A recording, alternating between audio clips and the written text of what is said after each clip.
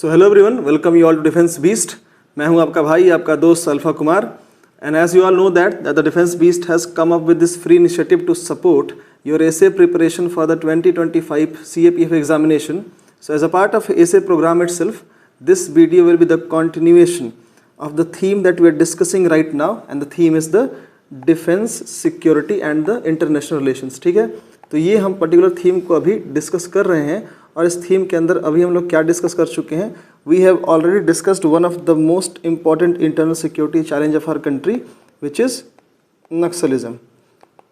अगर आप में से लोगों किसी ने वीडियो ये नहीं देखा है तो please go and watch it. I am sure that you will have a great in depth understanding about this internal security problem.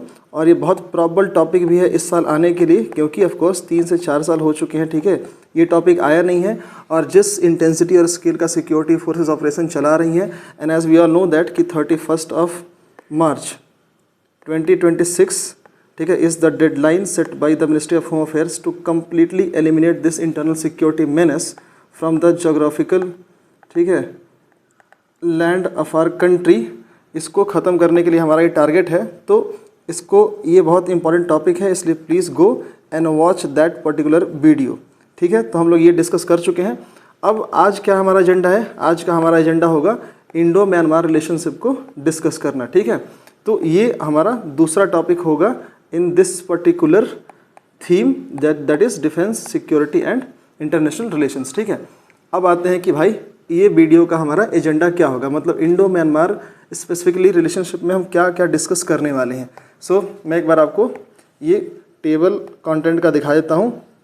हम लोग डिस्कस करने वाले हैं नंबर 1 कि भाई why number 1 stable Myanmar should be the matter of importance for India. ठीक है, कि क्यों हमारे लिए ये इम्पॉर्टेंट है, क्यों हमारे लिए मैटर करता है कि इसकी स्टेबिलिटी, ठीक है, इसकी सिक्योरिटी या इसमें एक पॉलिटिकल जो अभी अपफ्यूल चल रहा है या जो पॉलिटिकल टर्मोइल है वो ना हो, क्यों हमें ज़रूरी है। तो पहले तो हम इसको डिस्कस करेंगे इंडिया के डिफरेंट एस्पेक्ट्स के थ्रू। ठीक है, फिर हम लोग डिस्कस करेंगे कितने फेसेट्स हैं इंटरनेशनल रिलेशंस में, स्पेशली जो हम बात जब करते हैं इंडो म्यांमार रिलेशंस की, मतलब कि कहाँ कहाँ पे हम लोग कॉपरेशन करते हैं, कहाँ कहाँ पर डिसएग्रीमेंट्स हैं मेनली। ठीक है, फिर हम लोग डिस्कस करेंगे क्या क्या मेजर इश्यूज़ हैं, ठीक है, क्या क्या कंसर्न्स हैं, कहाँ पे सिक्योरिटी चैलेंजेस हैं और कौन कौन से दूसरे प्रॉब्लम्स हम लोग फेस करते हैं while we want our engagements with Myanmar which is one of our very important neighbouring country. तो एक ये बात हम लोग डिस्कस करेंगे and ultimately way forward. So mainly question answer के फॉर्म में, एक बहुत ही स्ट्रक्चर्ड फॉर्मेट में हम लोग इसको डिस्कस करने वाले हैं आज।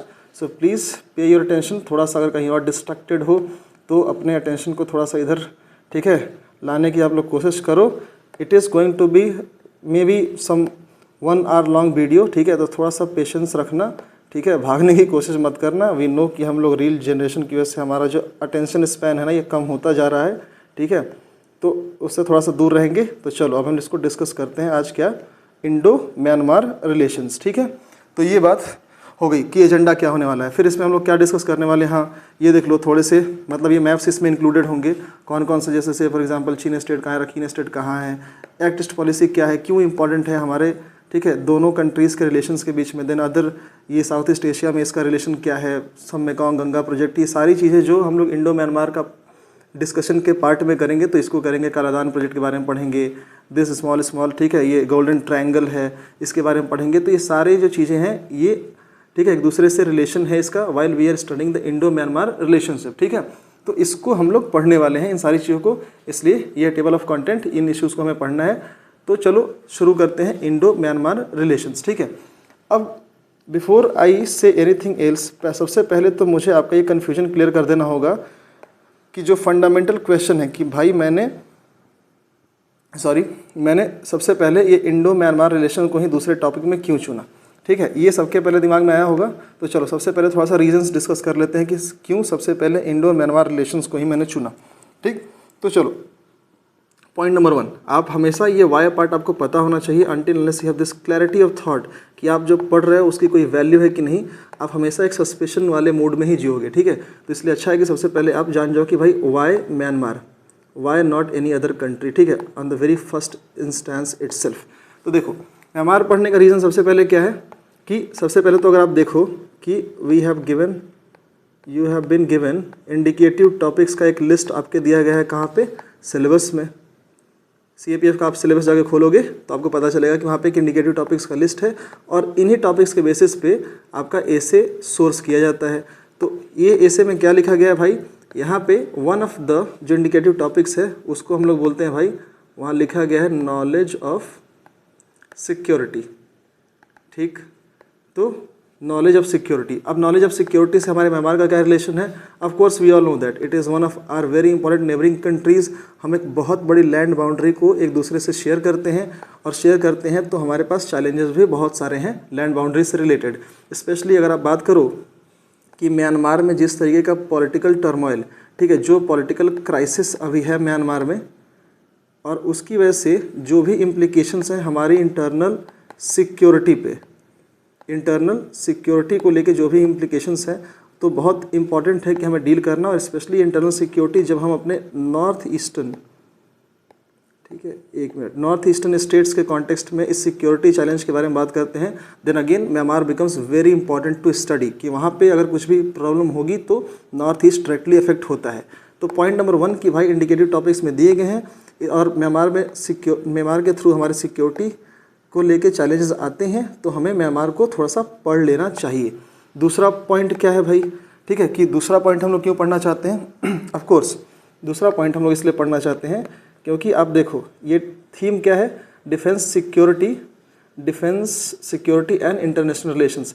अब अगर आप थोड़ा सा ध्यान देने की कोशिश करोगे थ्रू द PYQs ना, एक बार जाके PYQs को उठाओ, तो जनरली आपसे इंटरनेशनल रिलेशंस के बारे में पूछा तो गया है, पर जनरली आपका इंटरनेशनल रिलेशन वाला जो पोर्शन है ना, वो कंसर्न किससे होता है? आपके नेबरहुड से।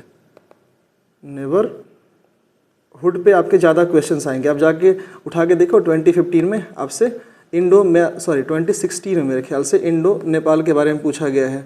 ठीक है, ऐसा कुछ था कि the owners of maintaining the good relations with Nepal lies on the India, तो इस कुछ लाइन पे ऐसा क्वेश्चन था।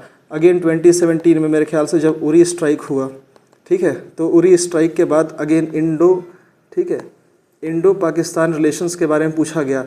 ये 16 में क्यों था? ऑफ कोर्स 16 में नेपाल वाला क्वेश्चन इसलिए पूछा गया था क्योंकि 15 में इंडिया के प्रॉब्लम्स बढ़े थे नेपाल से, स्पेशली जब उनका एक नया कॉन्स्टिट्यूशन फॉर्म हो रहा था और India had tried to intervene, ठीक है, to restore the Madhesis right, जहाँ पे उनको थोड़े से डिस्क्रिमिनेशन, मधेसीज एक इतनी कम्युनिटी है और उनका इंडिया से एक बहुत ही इथनिक रिलेशन भी है इन लोगों का, तो उनके राइट्स को लेके थोड़ा सा डिस्क्रिमिनेशन हो रहा था वहाँ के कॉन्स्टिट्यूशन में। सो इंडिया हैड इंटरवीन्ड, और दैट वो जो पर्टिकुलर इंसिडेंट था ना, वो एक तरीके से ट्रिगर पॉइंट था to worsen the Indo Nepal relations जो हम कभी कभी फेस करते हैं।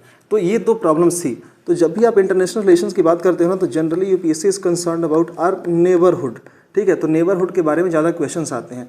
तो अभी देखो, अगर श्रीलंका पहले पूछ चुका है, ठीक है, नेपाल के बारे में अगर यूपीएससी पूछ चुका है, अगेन आपसे पाकिस्तान के बारे में पूछ चुका है, तो मुझे बहुत ज़्यादा इस बात की थोड़ी सी श्योरिटी लग रही है कि यार हो सकता है कि इस बार इंडो म्यांमार रिलेशनशिप पूछे।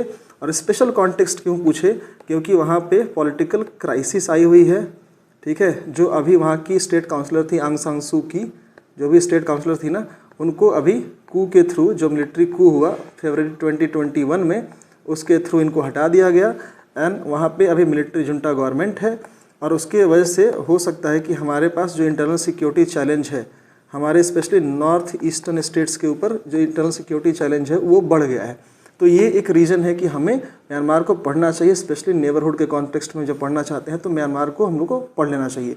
तो ये दो प्राइम रीजन्स हैं जब हमें ये बात बताते हैं कि भाई इस बार इंडो म्यांमार रिलेशंस क्यों इम्पॉर्टेंट है। ये बात समझ में आ गई? तो सबसे पहले आपको रीज़न क्लियर हो गया कि भाई क्यों करना है इंडो म्यांमार रिलेशनशिप, तो ये बात हो गई। अब देखो, अब हम लोग स्विच करते हैं भाई कि इंडो म्यांमार रिलेशनशिप के बारे में। तो हमने जैसा अभी डिस्कस किया था कि भाई एजेंडा ऑफ द वीडियो क्या होगा, एजेंडा ऑफ द वीडियो होगा भाई कि सबसे पहले हम लोग डिस्कस करें कि क्यों, अगर हम इंडो म्यांमार रिलेशनशिप की बात कर रहे हैं, तो सबसे पहले क्यों एक स्टेबल म्यांमार है ना, ये हमारे लिए मैटर ऑफ कंसर्न होना चाहिए। ठीक है, तो सबसे पहले इस पर्टिकुलर क्वेश्चन को हम लोग डील करने की कोशिश करते हैं। तो क्वेश्चन क्या है? Why stable Myanmar should matter to the India. तो चलो इसको वन बाय वन सारे ऐसे इश्यूज़ को हम लोग थोड़ा सा डिस्कस करने की कोशिश करते हैं। सो क्वेश्चन क्या है भाई? Why stable Myanmar should matter to India? This is the question that we want to deal with. Let's dive deep, ठीक है, through discussing different facets of this particular question. तो चलो सबसे पहले हम देखते हैं रीज़न नंबर 1. रीज़न नंबर 1 हम लोग क्या देखेंगे कि भाई क्यों मैटर करता है स्टेबल म्यांमार का होना. तो सबसे पहला रीज़न हम लोग क्या डिस्कस करेंगे, हम लोग डिस्कस करेंगे कि इसकी एक अलग ही जियो स्ट्रेटेजिक सिग्निफिकेंस है.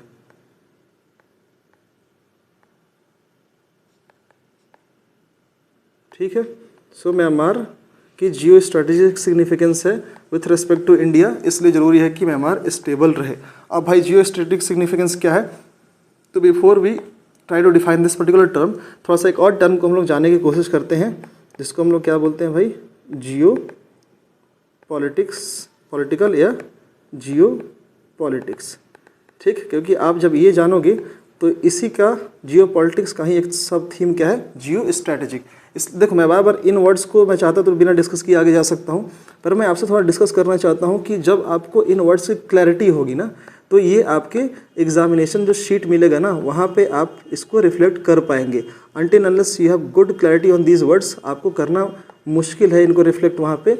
और ये तब जरूरी हो जाता है जब आप इंटरनेशनल रिलेशन के किसी टॉपिक को टच करते हैं, और ऐसे जब आप वर्ड्स को लिखते हो ना, जियो पॉलिटिकल, जियो स्ट्रेटेजिक, ठीक है, जियो पॉलिटिकल डेप्थ, ऐसे जो टर्म्स होते हैं, डुअल ट्रैक डिप्लोमेसी, जो इंटरनेशनल रिलेशंस के कुछ बहुत ही स्पेसिफिक टर्म्स होते हैं, अगर वो आप लिखते हो तो आपका जो नॉलेज है ना, वो एक थोड़ा सा साउंड माना जाता है. तो साउंडनेस को लाने के लिए ज़रूरी है कि हम ऐसे टर्म्स को ठीक से समझें और सबसे पहले उसको हम लिखने की कोशिश करें. तो चलो समझते हैं पहले जियो पॉलिटिक्स क्या है. तो देखो सिंपल अगर मैं आपको बताऊं ना, इस बस थोड़ा सा इनको तोड़ने की कोशिश करो इन वर्ड्स को, तो यार जियो मीन्स ज्योग्राफी, ठीक है, जियो मीन्स ज्योग्राफी. और थोड़ा सा और स्पेसिफिक मैं कोशिश करूँ इसको सोचने की, तो भाई क्या है, geo geography is all about the locations, it's about the physical features, है ना. It is about say for example it is about resources, है ना, तो रिसोर्स डिस्ट्रीब्यूशन, यही तो है ज्योग्राफी अल्टीमेटली, जिसको हम लोग पढ़ते हैं. तो अगर मुझे कंसाइज करना हो तो मैं ज्योग्राफी को इन टर्म्स में बोल सकता हूँ. एंड पॉलिटिक्स क्या है यार, politics is mostly about assertion of your rights. ठीक है, तो बेसिकली होता ये है कि यार इन फैक्टर्स की वजह से, ठीक है, अल्टीमेटली जो आपकी ज्योग्राफी है ना, किसी भी, अब क्योंकि देखो जियो पॉलिटिकल जो टर्म है ना, ये IR में स्पेशली यूज होता है, तो हमें इस IR में यूज होता है मतलब क्या कि ये किसी भी रीजन या कोई भी कंट्री, मतलब 2 कंट्रीज़ हो सकती हैं या 2 रीजन्स हो सकते हैं, इनके बीच में या बहुत सारे रीजन्स हो सकते हैं, उनके बीच में इंटर रिलेशंस उनके कैसे हैं. ठीक है, सो कैसे रिलेशंस को डिफाइन करता है ये जियो पॉलिटिक्स. ठीक है, तो मेनली जो ज्योग्राफी जो होती है ना, ज्योग्राफी जो अर्थ की ज्योग्राफी है, ये कैसे, जस्ट एक मिनट, जस्ट होल्ड, हाँ, तो किस तरीके से ज्योग्राफी है ना, ज्योग्राफी डिफाइन करती है या डिसाइड करती है पॉलिटिकल रिलेशंस की, पॉलिटिकल रिलेशंस को या पावर डायनामिक्स को, है ना. तो किसी भी रीजन या किसी 2 कंट्री के बीच की ज्योग्राफी जो होती है ना, किस तरीके से उन 2 कंट्रीज़ या रीजन्स के बीच की पॉलिटिकल रिलेशंस या पावर डायनामिक्स को किस तरीके से डिफाइन करती है, वही क्या किसको हम लोग मतलब कि क्रूड टर्म्स में बोल सकते हैं कि वही है जियो पॉलिटिक्स. ठीक है, तो अगर मुझे जियो पॉलिटिक्स समझ में आ गया, ठीक है, तो अब मुझे ये समझना होगा भाई कि जियो स्ट्रेटेजिक क्या है.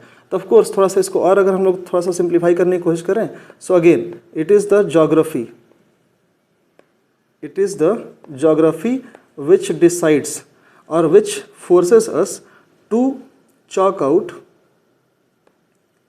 certain strategy, है ना, to deal with certain entity.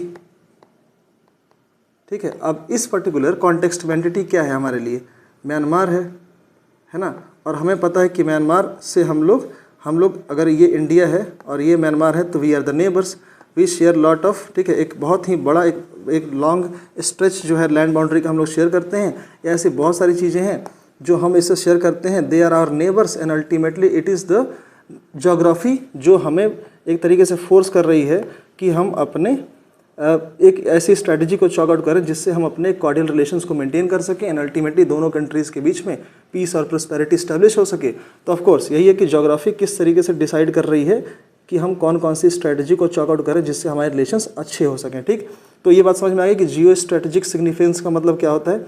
तो जियो स्ट्रैटेजिक अगर आपको समझ में आ गया है तो चलो देखते हैं कि अब इस ज्योग्राफी कैसे डिसाइड कर रही है हमारे पॉलिसी को। तो देखो, इसमें सबसे पहला फैक्टर क्या होगा कि वी शेयर, अब थोड़ा सा शेयरिंग के मामले में देखो क्यों ज्योग्राफी इंपॉर्टेंट है। We share a good stretch of the land boundary.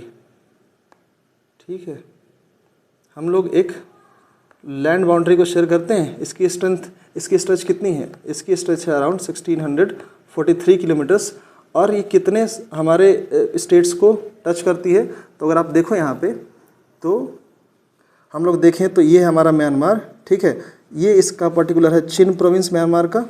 एक मिनट, ये आपका है चिन प्रोविंस और ये है आपका सैगिंग स्टेट। ठीक है, सैगिंग स्टेट। ठीक है, तो चिन और सैगिंग दो ऐसे स्टेट्स हैं म्यांमार के जो हमारे 4 स्टेट्स है ना, अरुणाचल प्रदेश, नागालैंड, मणिपुर और मिजोरम, ये 4 स्टेट से म्यांमार के 2 स्टेट्स जो हैं अपनी बाउंड्री को शेयर करते हैं। ठीक है, अब अगर हमें ये बात पता है, ठीक है, कि हम कुछ 1643 किलोमीटर लंबे बाउंड्री को, इतने लंबे बाउंड्री के स्ट्रेच को शेयर करते हैं, देन अगेन ऐसा तो है नहीं कि अगर लैंड बाउंड्री अगर हम लोग शेयर करते हैं तो उसमें सिर्फ हमारे अच्छी चीज़ें ही हैं। अगेन वी नो कि इसका जो नेचर है ना, इट्स वेरी मच पोरस। ठीक है, तो पोरस है, इसका मतलब ये है कि एक बाउंड्री का एक बहुत बड़ा स्ट्रेच है ना, ये अनफेंस्ड है, मतलब इस पर हार्डली ही कोई फेंसिंग है। अब अगर फेंसिंग नहीं है तो बहुत सारे ऐसे हमारे इंटरनल सिक्योरिटी चैलेंजेस भी इस फेंसिंग की वजह से, जो फेंसिंग नहीं है इसकी वजह से हमारे पास आते हैं। ठीक है, तो अगर इतनी बड़ी लैंड बाउंड्री हम लोग शेयर करते हैं तो सिर्फ इसमें अच्छी चीज़ें ही नहीं, एक बहुत बड़ा, ठीक है, इंटरनल सिक्योरिटी चैलेंज भी है। और उस चैलेंज की वजह से बहुत ज़रूरी है कि हम इसको एक स्ट्रेटेजिक कंट्री के तौर पे देखें जब हम अपने लैंड बॉर्डर को शेयर करते हैं। उससे आने वाले सारे प्रॉब्लम्स को भी हमें इसलिए देखना होगा। तो लैंड बाउंड्री शेयर करते हैं, so again we have lot of problems with them. ठीक है, तो एक बात ये हो गई। अच्छा, दूसरी बात क्यों जियो स्ट्रेटेजिकली इंपॉर्टेंट है ये कंट्री हमारे लिए? Because not only the land boundary but we also share the maritime boundary with them. अब थोड़ा सा एक बार फिर से मैप को देखने की कोशिश करते हैं and if you can see this particular map, तो देखो ये है अपना इंडिया, ये है अपना इंडिया का कोस्ट लाइन। ठीक है, ये है अपना म्यांमार का कोस्ट लाइन, ये, और कहीं इस बीच में बांग्लादेश, इंडिया और म्यांमार। अगर आपने थोड़ा सा यूएन क्लॉज के बारे में पढ़ा है, यूएन क्लॉज 1982 जो मैरीटाइम बाउंड्रीज को डिफाइन करता है बिटवीन द 2 और मोर नेशंस।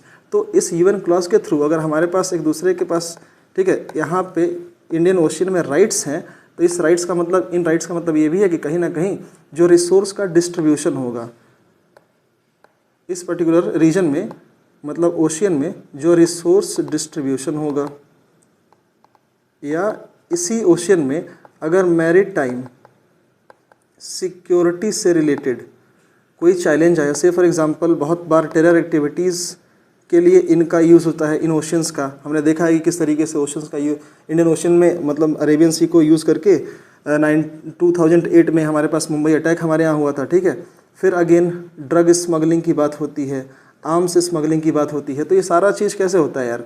मैरीटाइम्स रूट के थ्रू ही इसको फॉलो किया जाता है बहुत बार।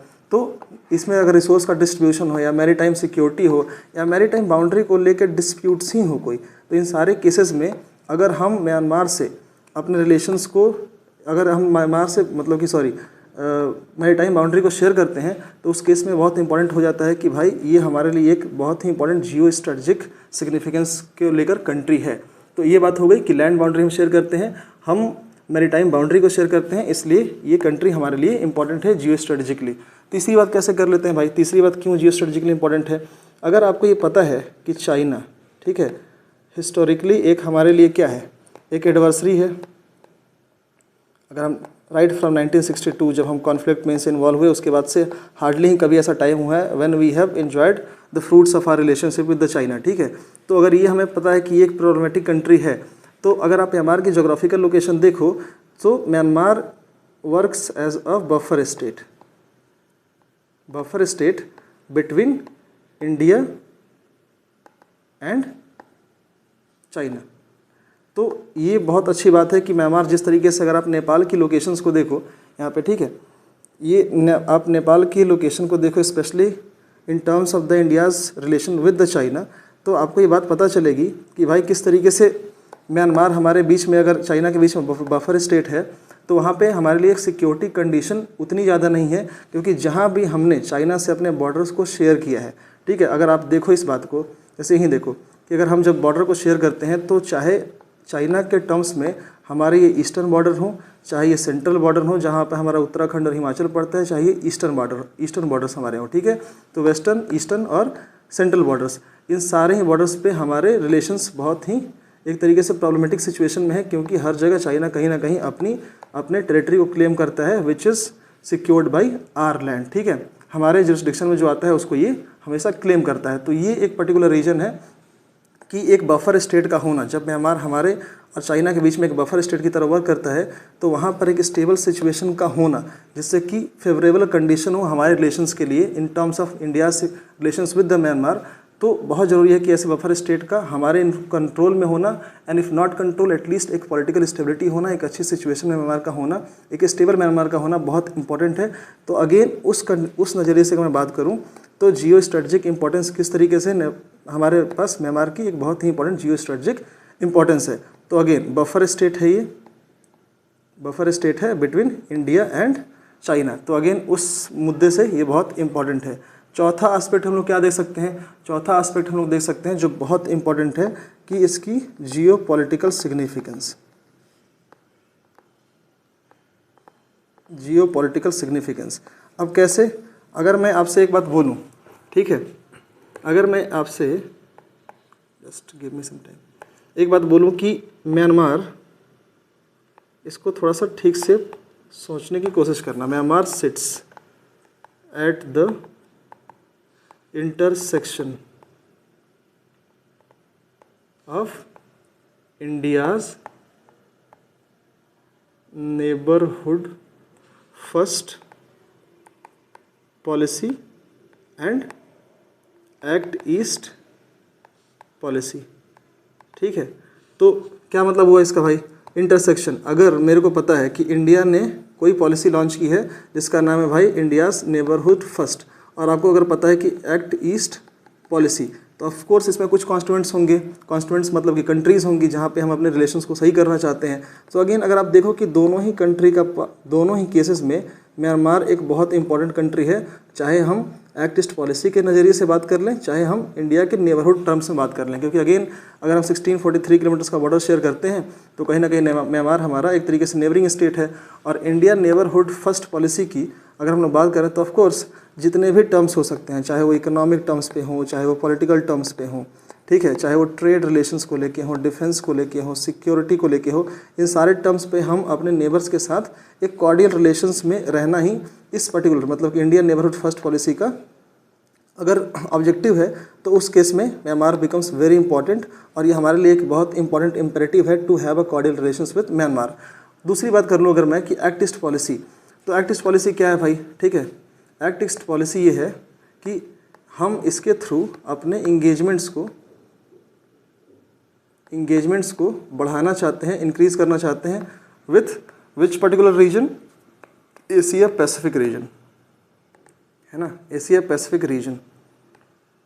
और इसके तीन जो इम्पॉर्टेंट पिलर्स हैं ना, वो पिलर्स हैं कौन से, आपके economic cooperation, then strategic cooperation और कल्चरल कोऑपरेशन, कल्चरल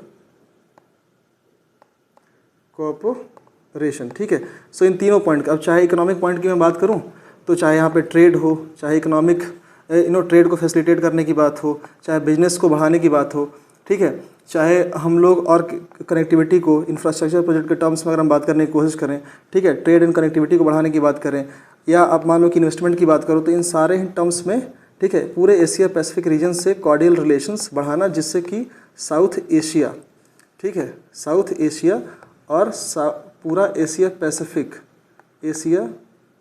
पैसिफिक जो रीजन है ना, ठीक है, स्पेशली जहाँ पे आसियान नेशंस हैं, मतलब कि ईस्ट एशियन कंट्रीज़, इनके बीच में जो ये गैप है ना, इसको ब्रिज किया जा सके based on all these important cooperation.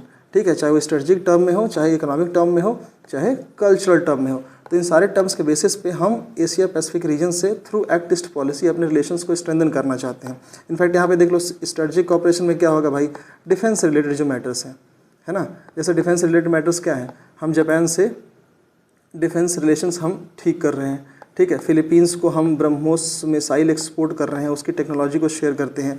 ठीक है, इसी तरीके से वियतनाम को हम डिफेंस एक्सपोर्ट कर रहे हैं इस समय। ठीक है, तो ये सारी चीज़ें हम लोग कर रहे हैं। चाहे स्ट्रेटजिक कॉपरेशन के बारे में हम मैरीटाइम सिक्योरिटी के बारे में बात कर लें, कहाँ पर मैरीटाइम सिक्योरिटी को किस पर्टिकुलर जगह बात करना, अगेन क्योंकि एक्ट ईस्ट पॉलिसी है, तो जो आपका एशिया पैसिफिक रीजन है, एशिया पैसिफिक रीजन में, ठीक है, मैरीटाइम सिक्योरिटी को इन्हेंस करना, स्पेशली किस कॉन्टेक्स्ट में, जब हम चाइना के, ठीक है, असर्टिव नेचर की बात करते हैं। अब नाउ हार्डली कोई कंट्री है ईस्ट एशिया में, ठीक है, जहाँ पर चाइना अपने असर्टिव नेचर के थ्रू इन्फ्लुएंस करने की कोशिश नहीं करता है सारे रिलेशंस को। तो देखो यही है एक्ट ईस्ट पॉलिसी। ठीक है, देखो एक्ट ईस्ट पॉलिसी, और मैं इस पर्टिकुलर रीजन की बात कर रहा हूँ। जब आप पूरे इस एशिया पैसिफिक रीजन की बात करते हो तो एक्ट ईस्ट पॉलिसी के थ्रू हम साउथ एशिया को, ठीक है, including India, of course south Asia में इंडिया है ही, उसको इंटीग्रेट करना चाहते हैं with which region, Asia Pacific reason को, जिसकी मैं यहाँ पे बात कर रहा हूँ।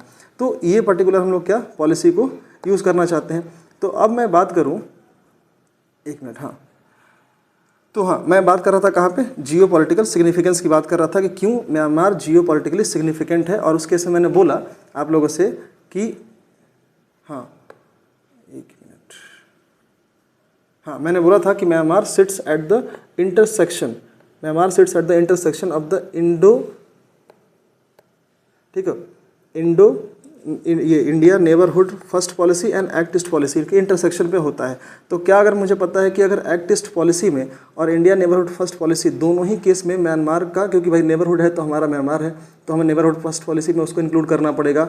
और अगर हम एक्ट ईस्ट एशिया पॉलिसी के ऑब्जेक्टिव्स को फिर से अचीव करना चाहते हैं तो अगेन हमें उसमें म्यांमार को इंटर करना ही पड़ेगा, उसका साथ लेना ही पड़ेगा। तो दोनों ही केसेस में वी नो कि विदाउट म्यांमार हम इन दोनों पॉलिसी के ऑब्जेक्टिव्स को अचीव नहीं कर सकते हैं। सो अगेन जो मैंने ये बात बोली कि it sits at the intersection, ठीक है, of the India's neighbourhood first policy and east India policy. तो उस केसेस में ये एक्ट ईस्ट पॉलिसी, तो इन दोनों ही केसेस में हमें म्यांमार का कॉपरेशन लेना बहुत ही इम्पेरेटिव हो जाता है। ठीक, तो इस बेस पे अगर मैं बात करूँ तो इसकी जियो पॉलिटिकल सिग्निफिकेंस कितनी है, क्योंकि ऑफ कोर्स इसके थ्रू हम क्या टारगेट करना चाहते हैं, ठीक है, India neighbourhood first policy and then we also want to target the act east policy. तो दोनों के इंटरसेक्शन पे है, तो इसलिए अगेन इसकी जियो पॉलिटिकल सिग्निफिकेंस, मतलब म्यांमार की जियो पॉलिटिकल सिग्निफिकेंस इंक्रीजेज मैनीफोल्ड जब हम इन दोनों पॉलिसीज़ को टारगेट करना चाहते हैं, उसके ऑब्जेक्टिव्स को हम लोग रियलाइज़ करना चाहते हैं। ठीक, तो ये बात हमें समझ में आ गई।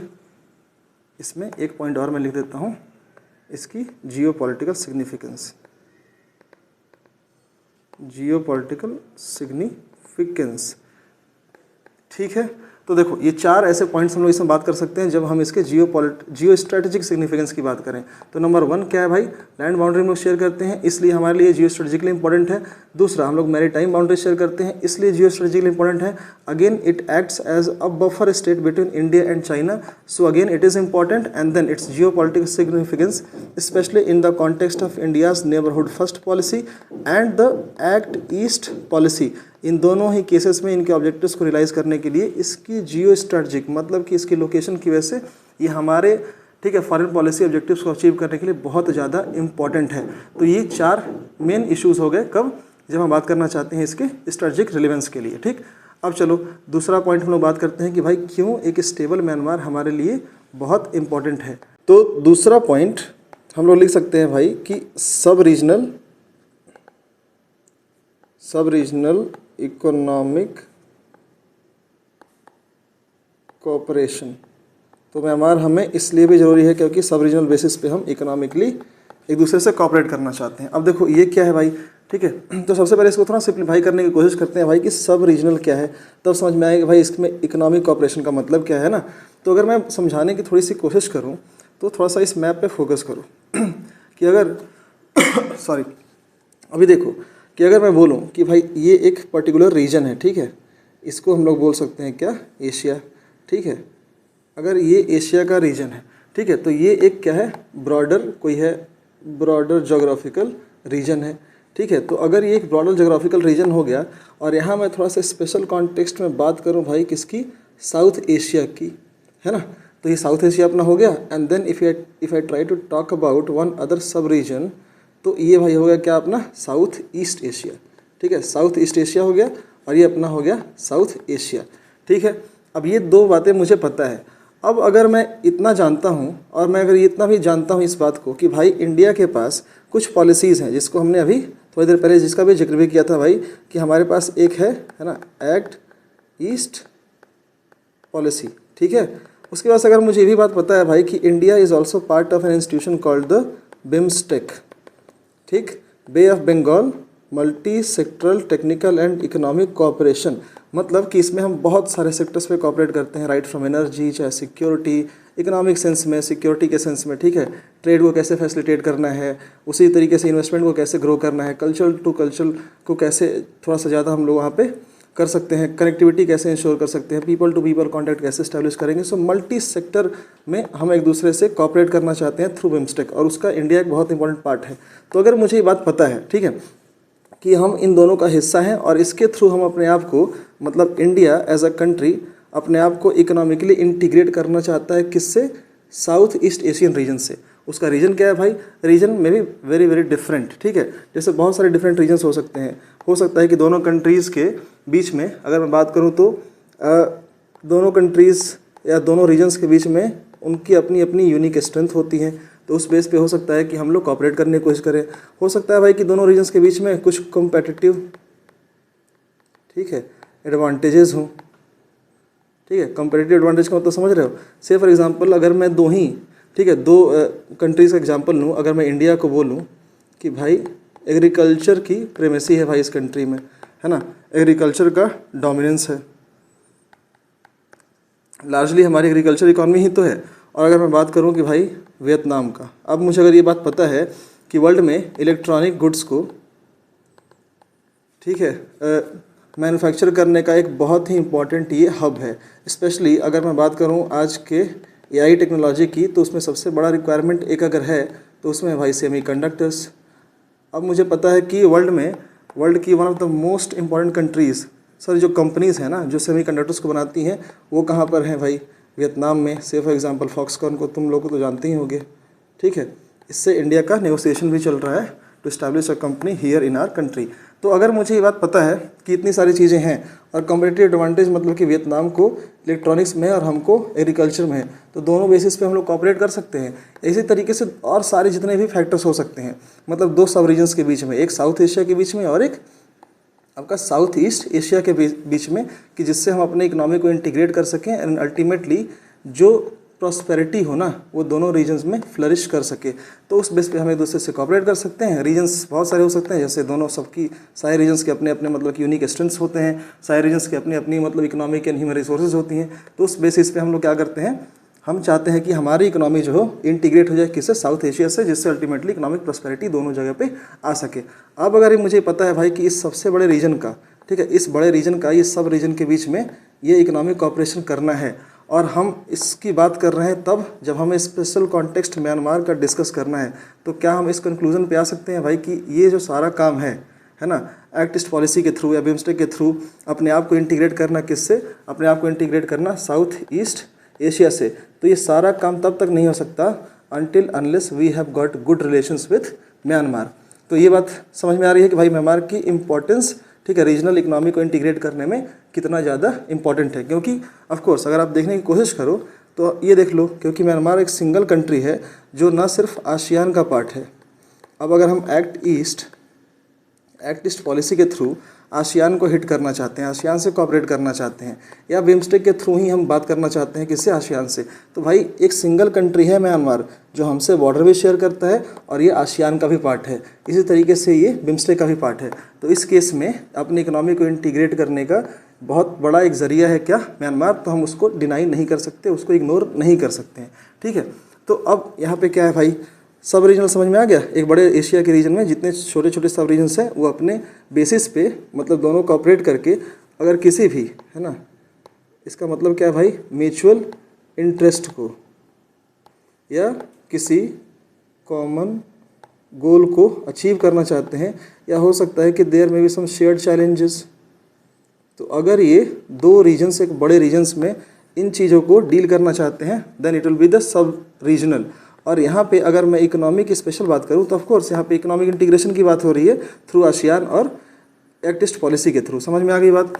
तो अब अगर मुझे ये बातें पता हैं तो मैं यहाँ पे क्या लिख सकता हूँ भाई, मैं यहाँ पे लिख सकता हूँ कि भाई ठीक है, म्यांमार जो है, म्यांमार ओनली आसियान कंट्री है ना, जिसका जो बॉर्डर भी किससे शेयर करता है, इंडिया से शेयर करता है।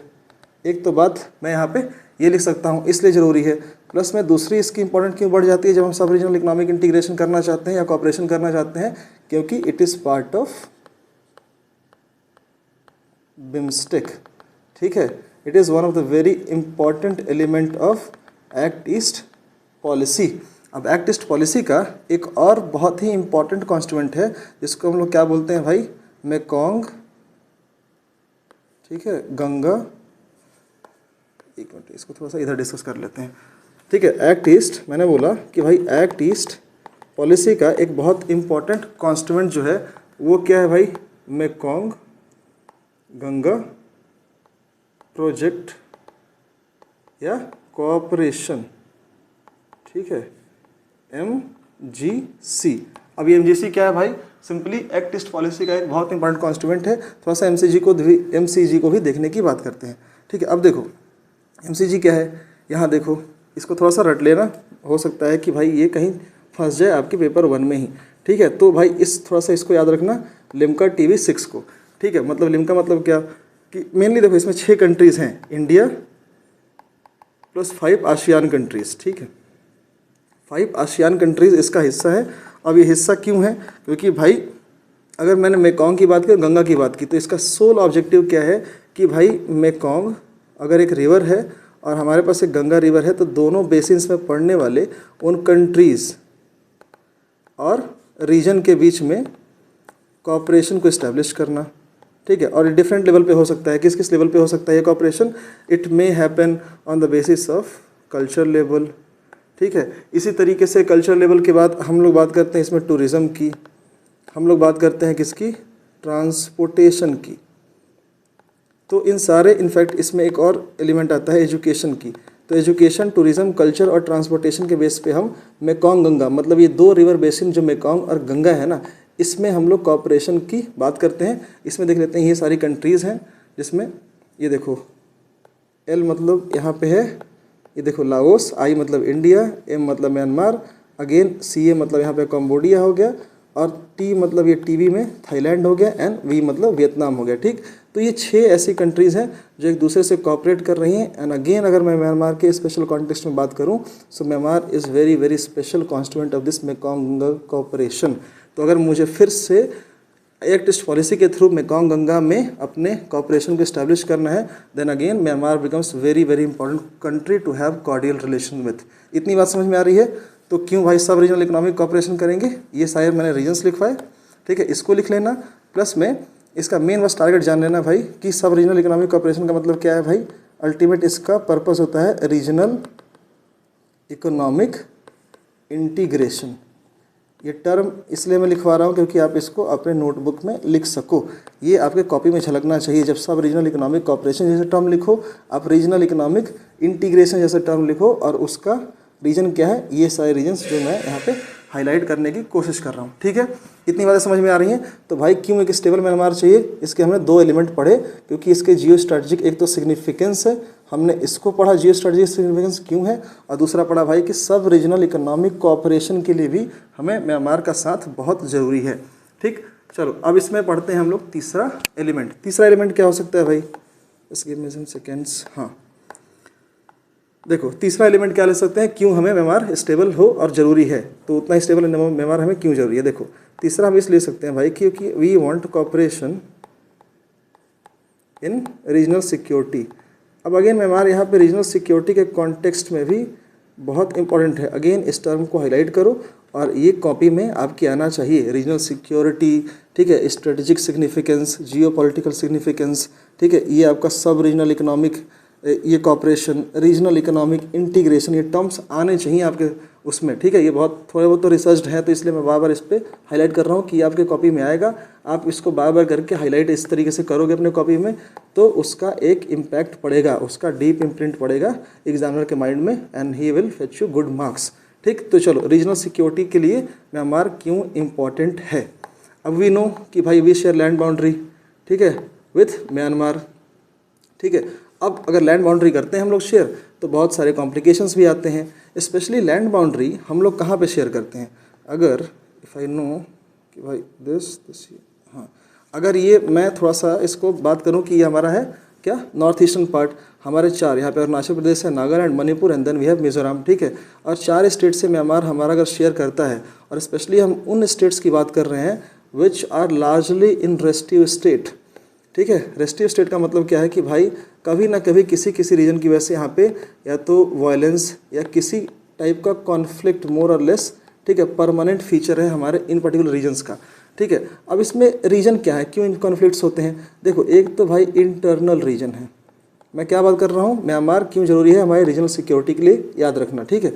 तो अगर मैं बोलूँ कि भाई ये क्यों कॉन्फ्लिक्ट जोन में रहते हैं हमारे ये रीजन्स, क्योंकि भाई एक तो देखो इंटरनल रीजन्स है, प्लस दूसरा बहुत बड़ा क्या है भाई, वी हैव एक्सटर्नल रीजन्स, ठीक है।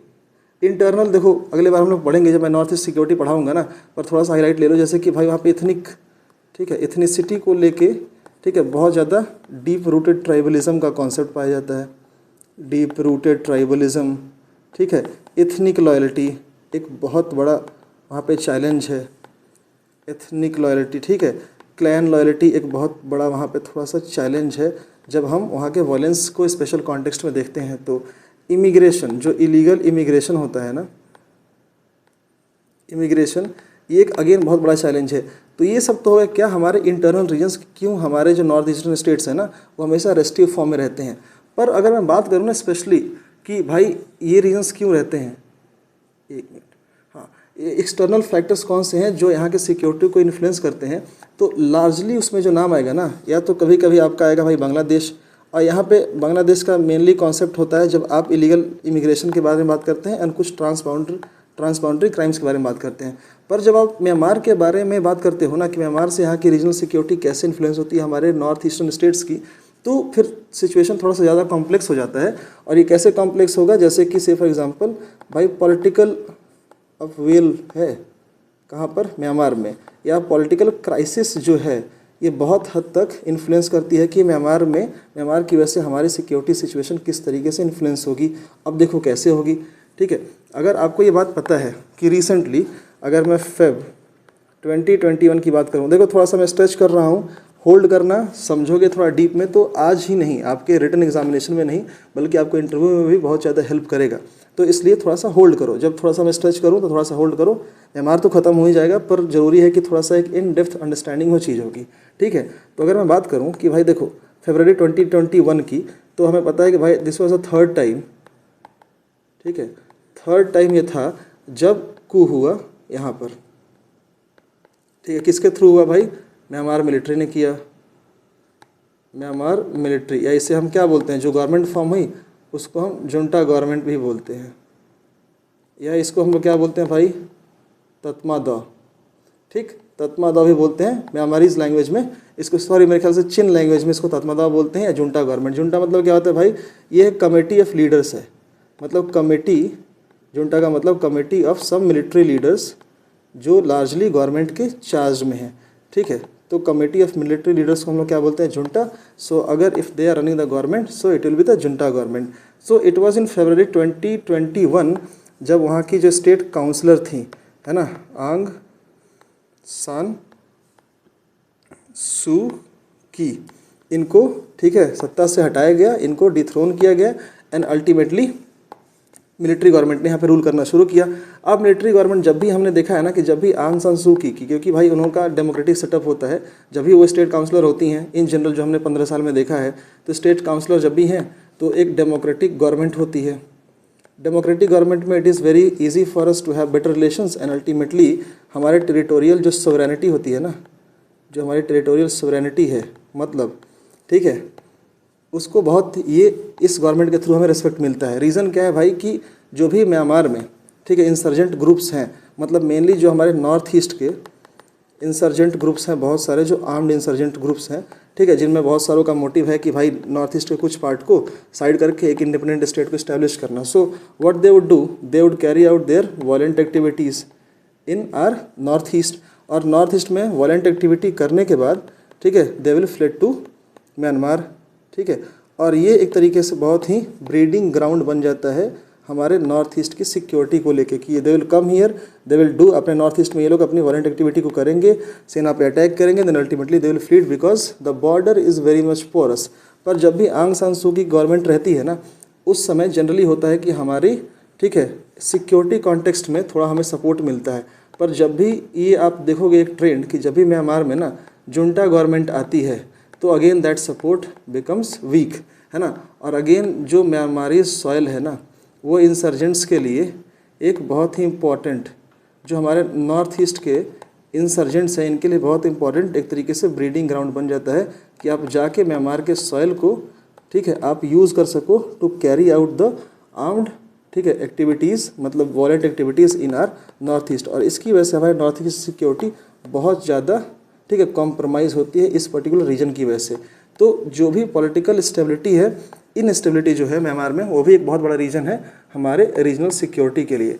तो अगेन म्यांमार में ऐसी गवर्नमेंट का होना, प्लस में और एक रीज़न हो सकता है भाई कि जुंटा गवर्नमेंट को हमने देखा है भाई कि चाइना, बहुत बार आप न्यूज़ में पढ़ोगे कि चाइना से ठीक है, चाइना से भाई एक स्पेशल सपोर्ट है, क्योंकि चाइना के अपने भाई वेस्टेड इंटरेस्ट हैं कहाँ पे, हमारे नॉर्थ ईस्ट को डीस्टेबलाइज करने में, कि जितना हमारा नॉर्थ ईस्ट डीस्टेबलाइज है उतना हमारे आर्मी का इंगेजमेंट ठीक है बढ़ता रहेगा, उतने हमारे रिसोर्सेज खर्च होंगे और उस तरीके से हमारी सिक्योरिटी कॉम्प्रोमाइज़ भी होगी।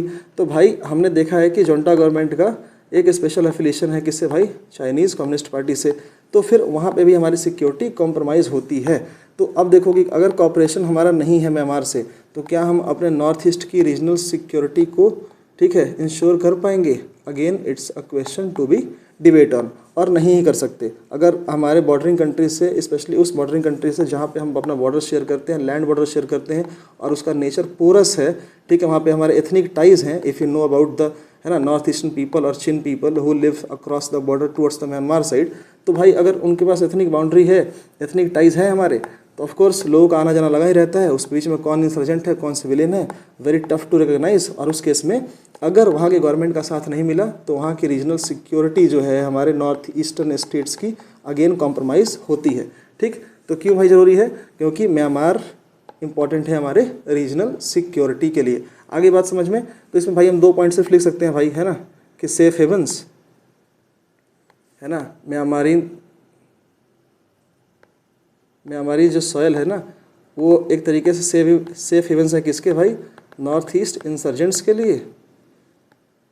ठीक है, और at times it is also supported by Myanmarese junta government, है ना। तो इसकी वजह से हम बोल सकते हैं भाई कि यहाँ की सिक्योरिटी बहुत ज़रूरी है, म्यांमार से रिलेशंस अच्छे होना ज़रूरी है, क्योंकि हमें रीजनल सिक्योरिटी चाहिए। ठीक, इतनी बात आ गई समझ में। चलो अब 4th पॉइंट समझते हैं भाई कि क्यों स्टेबल म्यांमार का होना अगेन बहुत इम्पॉर्टेंट है। ठीक, अगर ये बात समझ में आ गई तो चलो 4th पॉइंट देखते हैं। अब देखो 4th पॉइंट क्या है भाई? Indian diaspora. अब ये थोड़ा सा सिंपल पॉइंट है भाई। ठीक है, अगर आप देखो है ना कि राइट फ्रॉम, अगर आपको ये थोड़ी सी हिस्ट्री पता है ना, 1824 से लेके 1937 तक, ठीक है, म्यांमार जो था, या उस समय का हम लोग क्या बोलते थे इसको, Burma was part of British empire, and it was only in 1937 जब ये इंडियन, ठीक है, इंडियन ब्रिटिश अम्पायर से इसको सेपरेट कर दिया गया, किसको? बर्मा को, और ये एक सेपरेट ब्रिटिश कॉलोनी का इसने फॉर्म लिया। 1948 में इसको इंडिपेंडेंस मिलती है, लेकिन क्योंकि ब्रिटिश बहुत पहले यहाँ पे जा चुके थे, तो अभी भी जो इंडियन एथनिसिटी के लोग हैं ना, अराउंड मेरे ख्याल से 2.5 मिलियन इंडियन एथनिसिटी के लोग वहाँ पे अलग अलग इकोनॉमिक अपॉर्चुनिटीज़ को लेके वहाँ पे कंसर्न है, तो वहाँ पे रहते हैं। तो हमारा इंडियन डायस्पोरा भी वहाँ पे रहता है। तो अगर हमें पता है भाई कि एक स्टेबल म्यांमार है, तभी हमारा डायस्पोरा भी सिक्योर रह सकता है। तो अब ये जो 4 केसेस हैं ना, एक तो म्यांमार की जियो स्ट्रेटेजिक जो सिग्निफिकेंस है इंडिया के लिए, ठीक है, इसके क्या क्या रीजन्स हैं। देन अगेन सब रीजनल इकोनॉमिक कोऑपरेशन के लिए हमें म्यांमार की ज़रूरत है। हमें ज़रूरत है कि भाई क्योंकि हमें रीजनल सिक्योरिटी चाहिए, स्पेशली अगर हम बात करें अपने नॉर्थ ईस्टर्न स्टेट्स के कंसेंट में, और अगर हम कंसर्न है अपने इंडियन डायस्पोरा से, तो इन चारों केसेस जो मैंने अभी आपके सामने डिस्कस किए, वी नो कि भाई म्यांमार का तो स्टेबल होना इम्पॉर्टेंट ही है। ठीक, इतनी सारी बातें आ गई समझ में। तो अगर समझ में आ गई, आपने लिख लिया है, तो चलो हम लोग डायमेंशन जो है, दूसरा डायमेंशन अब थोड़ा सा डिस्कस करने की कोशिश करते हैं। अब देखो, जैसे मैंने बात की थी कि एजेंडा में कि भाई क्या हम लोग डिस्कस करेंगे, so we have already talked about this particular facet of our relation कि भाई क्यों स्टेबल म्यांमार चाहिए। अब हम लोग बात करेंगे दूसरा, ठीक है, कि भाई facets of Indo Myanmar relationship क्या है, कौन कौन से डायमेंशंस हैं जहाँ पर हम कॉपरेट करते हैं, उसके बाद हम डिस्कस करेंगे भाई मेजर इश्यूज़ क्या हैं। ठीक, तो कॉपरेशन के फेसेट्स को थोड़ा सा देखने की कोशिश करते हैं। आ जाओ, Excuse me some seconds। हाँ ठीक है, तो हम लोग क्या डिस्कस करने वाले हैं भाई, facets of Indo Myanmar relationship. चलो लिख देता हूँ भाई, facets of Indo Myanmar relationship. आ रही बात समझ में। अब हम यहाँ पे अलग अलग उन थोड़ा सेक्टर्स को देखने की कोशिश करेंगे जहाँ पर हम एक दूसरे के साथ क्या करते हैं भाई, कोऑपरेट करते हैं। बहुत इजी है, बहुत तेज़ से देखेंगे, ठीक है। अब चलो खटाक से देखो भाई, कौन कौन से ऐसे जगह है जहाँ आप लोग एक दूसरे से कोऑपरेट करते हैं। तो भाई डेवलपमेंट मैटर्स पे कोऑपरेट करते हैं, ठीक है। क्यों कोऑपरेट करते हैं, नंबर 1 भाई सिंपल बात है भाई कि अगर नेबरहुड कंट्री है तो कोऑपरेट करना पड़ेगा। If you want our economic security, our national security, अगर हम इस बात से कंसर्न है तो हमें कोऑपरेट तो करना पड़ेगा। तो पॉइंट नंबर 1 हो गया भाई कि इस बात पे करना है। अब डेवलपमेंट में हम लोग क्या क्या करते हैं, किस कौन कौन से इशू हैं, अगर हम कुछ प्रोजेक्ट्स के नाम लिख दें तो ठीक है, इतनी बात समझ में आ जाएगी कि हाँ हम लोग भाई डेवलपमेंट पे कोऑपरेट करते हैं। तो भाई कौन कौन से हैं, से फॉर एग्जांपल अगर मैं बात करूँ थोड़े से कुछ कनेक्टिविटी प्रोजेक्ट्स के, कनेक्टिविटी प्रोजेक्ट्स को मैं थोड़ा सा एग्जांपल के तौर पे देखूं, then first of all I would like to talk about which projects। I'd like to talk about the Kaladan. ये बहुत बार देखो आपके पेपर 1 में भी पूछा जाता है, कालादान मल्टी मॉडल प्रोजेक्ट्स किसके साथ हम लोग कर रहे हैं, ठीक है। तो याद रखना, मल्टी मॉडल ट्रांजिट है ना, कॉरिडोर। अब भाई ये क्या है, ठीक है। सबसे पहले भाई कालादान क्या है भाई, याद रखो, this is a river in Myanmar.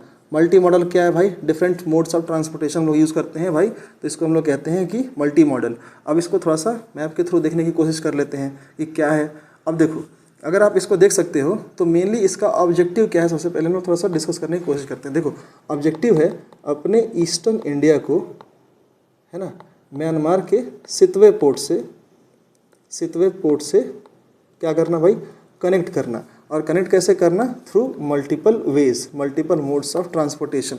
तो अगर आपको ये दिख रहा है अल्टीमेटली, और हाँ इसका अल्टीमेट ऑब्जेक्टिव ये है यार कि कॉपरेट तो करना, पर इसके थ्रू ना जो अपना ये नॉर्थ ईस्टर्न रीजन है, ठीक है, आपको पता है कि हमेशा अगर ये एक रेस्टिव स्टेट में रहता है तो उसका एक बहुत बड़ा रीजन न सिर्फ वहाँ के अपनी प्रॉब्लम्स हैं, पर जो डेवलपमेंट डेफिसिट है ना, ठीक है, जो डेवलपमेंट डेफिसिट है, ये जो डीडी मैंने लिखा है यहाँ पे, ठीक है, ये भी बहुत बड़ा रीज़न है कि भाई किसी भी जगह पे अगर डेवलपमेंट नहीं पहुँचेगा तो किसी भी इंसर्जेंसी के लिए वो एक बहुत ही इंपॉर्टेंट ब्रीडिंग ग्राउंड तो बन ही जाएगा।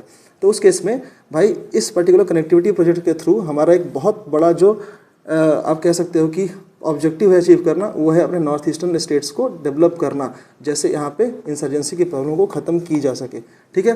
तो अगर इसको मैं समझने की कोशिश करूँ कि इसने लिखा भाई Kaladan multi modal transit transportation project.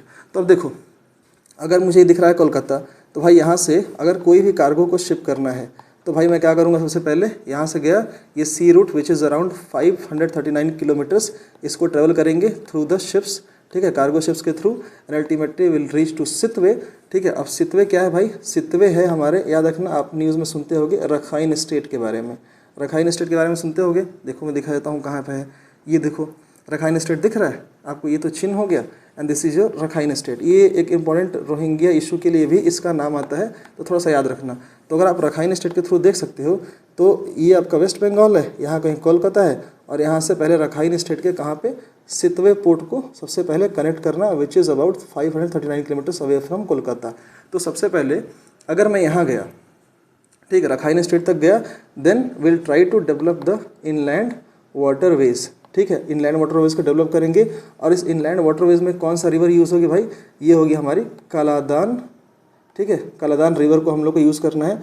तो भाई पहले हम लोग रखाइन स्टेट में आए, उसके बाद इनलैंड वाटरवेज के थ्रू हम लोग पहले विच इज़ अराउंड 133 किलोमीटर्स मेरे ख्याल से, तो कालादान रिवर के थ्रू जो इनलैंड वाटरवे का मोड है उसको यूज़ करेंगे। एंड अल्टीमेटली मेरे ख्याल से नेशनल हाईवे 34 को हम लोग यूज़ करके we want to reach till the Aizawl from the Chin state. अब ये कालादान रिवर कहाँ पे है भाई, ये हमारे चिन स्टेट में पड़ता है, म्यांमार के। और चिन स्टेट हमसे वाटर शेयर भी करता है, जैसा कि मैंने आप लोगों से शुरुआत में ही डिस्कस किया था। तो ये है हमारा कालादान मल्टी मॉडल प्रोजेक्ट, ठीक है। तो अब देख लो यहाँ पे कि भाई देखो मल्टी मॉडल क्यों बोलना है, क्योंकि भाई शिपिंग भी है इसमें, इनलैंड वाटरवे को भी यूज़ किया है, अगर हम लोग रोड को भी यूज़ कर रहे हैं, क्योंकि अल्टीमेटली म्यांमार से हम लोग रोड के थ्रू कहाँ पहुँचना चाहते हैं, मिजोरम में। तो भाई ये 3 मोड ऑफ ट्रांसपोर्टेशन हम लोग यूज़ कर रहे हैं अल्टीमेटली, इसलिए हम लोग बोलते हैं इसको मल्टी मॉडल, ठीक। तो ये हो गया। बाकी आपने ये देख ही लिया कि भाई सितवे, कोलकाता से सितवे जाने का है, फिर उसके बाद म्यांमार बॉर्डर तक जाएगा भाई रोड के थ्रू, एंड अल्टीमेटली लॉन्ग लाई, ठीक है, ये लॉन्ग लाई NH34 का यूज़ करके अल्टीमेटली इंडिया मिजोरम तक पहुंचना है। This is our Kaladan multi modal transport transit project, ठीक। आगे बात समझ में, तो डेवलपमेंट एस्पेक्ट में हमने सबसे पहले देखा भाई कि हम लोग कौन सा इनिशिएटिव ले रहे हैं। तो यहाँ पे हम लोग इनिशिएटिव ले रहे हैं कनेक्टिविटी प्रोजेक्ट के तौर पे कालादान। चलो दूसरी बात कर लेते हैं भाई। दूसरा हम लोग प्रोजेक्ट यूज़ कर रहे हैं भाई इंडो म्यांमार थाईलैंड, ठीक है, ट्राईलेटरल हाईवे, ट्राईलेटरल हाईवे। थोड़ा सा मैं ना इसको हाईलाइट कर देता हूँ यार, जस्ट गिव मी टाइम। हाँ ठीक है, और क्या भाई ये भी था, इसको भी थोड़ा हाईलाइट कर देता हूँ, आप अपने नोट्स में लिख सको आराम से, ठीक है। तो ये हो गया, कालादान के बारे में बात किया, ट्राईलेटरल हाईवे के बारे में बात किया। ट्राईलेटरल हाईवे का मतलब सिंपल है यार, ये देख लो, फिर से थोड़ा मैप का यूज़ कर लो और इसे देख लो।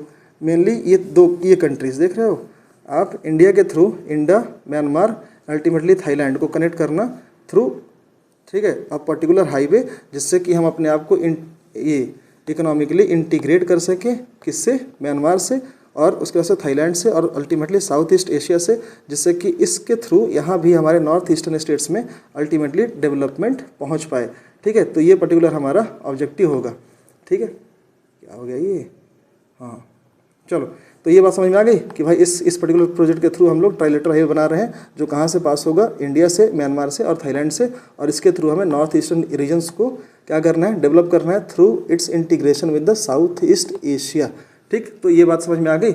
अब एक बात याद रखना कि जो दोनों ही प्रोजेक्ट चल रहे हैं ना, ये दोनों ही किससे कनेक्टेड हैं भाई, ये है एक्ट ईस्ट पॉलिसी का बहुत इंपॉर्टेंट कॉन्स्टिट्यूएंट। इतनी बात समझ में आ गई। चलो, तो डेवलपमेंट एस्पेक्ट पे हम 2 ये केसेस को देख सकते हैं। अब हम लोग थोड़ा देखते हैं कि भाई दूसरे ऐसे कौन से एस्पेक्ट्स हैं जहाँ पे हम लोग एक दूसरे से कॉपरेट कर रहे हैं। तो चलो इसको देखा तो फिर समझ में आया कि भाई हम लोग डिफेंस सेक्टर की थोड़ी सी बात कर सकते हैं, है ना। डिफेंस सेक्टर पे कॉपरेशन कैसा है, तो डिफेंस सेक्टर पे अगर मुझे बात करना है, I try to talk about 3-4 things. कि सबसे पहले तो भाई हम लोग कॉपरेट करते हैं, किससे करते हैं भाई, म्यांमार से, for what, fight against the insurgency, fight against insurgency. जैसा कि मैंने बताया था कि किस तरीके से जब डेमोक्रेटिक गवर्नमेंट होती है, ठीक है, आंग सान सू की जब आपकी नेशनल लीग फॉर डेमोक्रेसी, वहाँ की जो गवर्नमेंट ये मतलब लीड करती है, उसका नाम है national league for democracy. In fact हम लोग मिलिट्री जुंटा गवर्नमेंट से भी अभी लोग अपना सपोर्ट एक्सटेंड करने की कोशिश कर रहे हैं, उनसे मांगते हैं सपोर्ट, क्योंकि ultimately we have to fight, ठीक है, दिस इंसर्जेंसी प्रॉब्लम, चाहे वहाँ पे कोई भी हो, कोई भी गवर्नमेंट में हमें फ़र्क नहीं पड़ता। हमारा काम है सिर्फ अपने रीजन को सिक्योर करना। सो हम कॉपरेट करते हैं कहाँ पे, बहुत सारे इनसे मतलब कॉपरेट करते हैं अपने इंसर्जेंसी को ख़त्म करने के लिए। जैसे अभी मैं आपके सामने एक एग्जांपल रखूं, तो एक एग्जांपल भाई हमने कोई एक्सरसाइज की थी अभी कुछ दिन पहले, ऑपरेशन सनशाइन, ठीक है। म्यांमारीज मिलिट्री के साथ इंडियन मिलिट्री ने एक ऑपरेशन किया था, जिसका अल्टीमेटली काम क्या था भाई, नॉर्थ ईस्ट से इंसर्जेंसी को फ्लश आउट करना, ठीक। तो इस पर्टिकुलर ऑपरेशन का हम लोग यहाँ पे नाम लिख सकते हैं। चलो अच्छा, दूसरा पॉइंट क्या लिख सकते हैं भाई, दूसरा पॉइंट लिख सकते हैं हम लोग भाई कि हमारे पास बायलैटरल, ठीक है, एक्सरसाइजेस हम लोग करते हैं। इसमें 2 इम्पॉर्टेंट एक्सरसाइजेस का नाम लिख लेते हैं भाई। एक होता है इनमैक्स, ठीक, और एक होता है भाई क्या, इनबैक्स, ठीक है। तो अगर मैं यहाँ बात करूँ तो ये इंडो म्यांमार, ठीक है, Indo Myanmar naval military exercise हो गया, और दूसरा क्या हो गया आपका, Indo Myanmar bilateral military exercise, तो ये भाई मेनली है मिलिट्री टू मिलिट्री, और ये है भाई इंडियन नेवी और म्यांमारीज नेवी के बीच में ये एक्सरसाइज करते हैं। ठीक, तो हमें अगर ये बात समझ में आ गई तो थोड़ा सा इसके ऑब्जेक्टिव को देख लो भाई कि किसी भी बायलैटरल एक्सरसाइज का ऑब्जेक्टिव क्या होता है। अगर हमें पता है भाई कि हम मैरीटाइम बाउंड्री को शेयर करते हैं, ठीक है, हमारे यहाँ ट्रांस बॉर्डर क्राइम जैसी कोई प्रॉब्लम है, तो बायलैटरल मिलिट्री एक्सरसाइज के थ्रू हम दो चीज़ों को अचीव करने की कोशिश करते हैं। नंबर एक कि भाई दोनों आर्मीज़ के बीच में या दोनों मिलिट्रीज़ के बीच में ऑपरेशनल रेडीनेस होना चाहिए in case there is any exigency, या अगर हमें कहीं कॉपरेट करना है अगेंस्ट एनी सच थ्रेट, चाहे वो मैरीटाइम स्फीयर में हो चाहे जोग्राफिकल लैंड बेस्ड स्फीयर में हो। ठीक है, इस तरीके से दो बात याद रखना कि एक तो ऑपरेशनल रेडीनेस के लिए हमारा पर्पस होता है किसी भी मिलिट्री एक्सरसाइज को करना, और दूसरी बात क्या होती है भाई कि इंटर ऑपरेबिलिटी के लिए, इंटर ऑपरेबिलिटी के बेसिस पे हम लोग करते हैं, जिससे कि दोनों ही मिलिट्रीज़ के बीच में, ठीक है, कॉर्डियल रिलेशंस हो, म्यूचुअल अंडरस्टैंडिंग हो to fight against any particular common threat और एनिमी। तो ये दो टर्म्स याद रखना, ऑपरेशनल प्रिपेयर्डनेस और इंटर ऑपरेबिलिटी। ठीक, तो डिफेंस सेक्टर समझ गए। अब देखते हैं थोड़े से दूसरे सेक्टर्स जहां हम एक दूसरे से कोऑपरेट करते हैं। तो भाई दूसरे सेक्टर्स क्या हो जाएंगे, ठीक है, हम करते हैं भाई कॉमर्शियल, जरा अपने रिलेशंस को देख लेते हैं इंडो म्यांमार के बीच में, कॉमर्शियल रिलेशंस को। तो कॉमर्शियल रिलेशंस में हम लोग क्या लिख सकते हैं भाई, अगर आपको ये बात पता है कि India one of the largest trading partners में है, मेरे ख्याल से 5th लार्जेस्ट ट्रेडिंग पार्टनर है किसका, लार्जेस्ट ट्रेडिंग पार्टनर किसका है, म्यांमार का। तो उस पॉइंट ऑफ व्यू से Myanmar is very important country for us. In fact India largely agricultural, ठीक है, ये जो कमर्शियल रिलेशन है ना, इसमें एग्रीकल्चर का बहुत ही इम्पॉर्टेंट डोमिनेंस है। ठीक है, क्योंकि अगर आप थोड़ा सा क्लोजली देखने की कोशिश करोगे, अब इसको लिखना नहीं है, तो अगर आप म्यांमार को देखोगे तो म्यांमार के जो एक्सपोर्ट्स होते हैं ना, वो लार्जली होते हैं पल्सेस के फॉर्म में। ठीक, और उसके बाद से इंडिया म्यांमार पल्सेस का फॉर्म हो गया, और यहाँ से मेरे ख्याल से टिम्बर भी एक बहुत इंपॉर्टेंट क्वांटिटी में एक्सपोर्ट होता है टुवर्ड्स इंडिया। लेकिन अगर आप बात करोगे भाई कि इंडिया से क्या एक्सपोर्ट होता है टुवर्ड्स म्यांमार, तो हम दो चीज़ों की बात स्पेशली करते हैं। एक तो हमारे हैं भाई pharmaceuticals, everybody knows that we are the pharmaceutical giants. ठीक है, ठीक है, हमने कोई आज तक किसी भी एक भी दवाई को ईजाद नहीं किया है, जेनरिक्स ही बनाते हैं, but again we are pharmaceutical giants in that particular sense. फिर हम लोग शुगर भी एक्सपोर्ट करते हैं in a good quantity to Myanmar. तो भाई एग्रीकल्चर का डोमिनेंस है when we look at the commercial relations with respect to Myanmar. तो ठीक है, इसको नहीं लिखना है, पर लार्जली कमर्शियल रिलेशन में हम ये लिख सकते हैं भाई कि we are the 5th largest trading partner for the Myanmar. ठीक, तो यहाँ पे हमें बात समझ में आ जाएगी कि कमर्शियली भी हमारे अच्छे रिलेशंस हैं।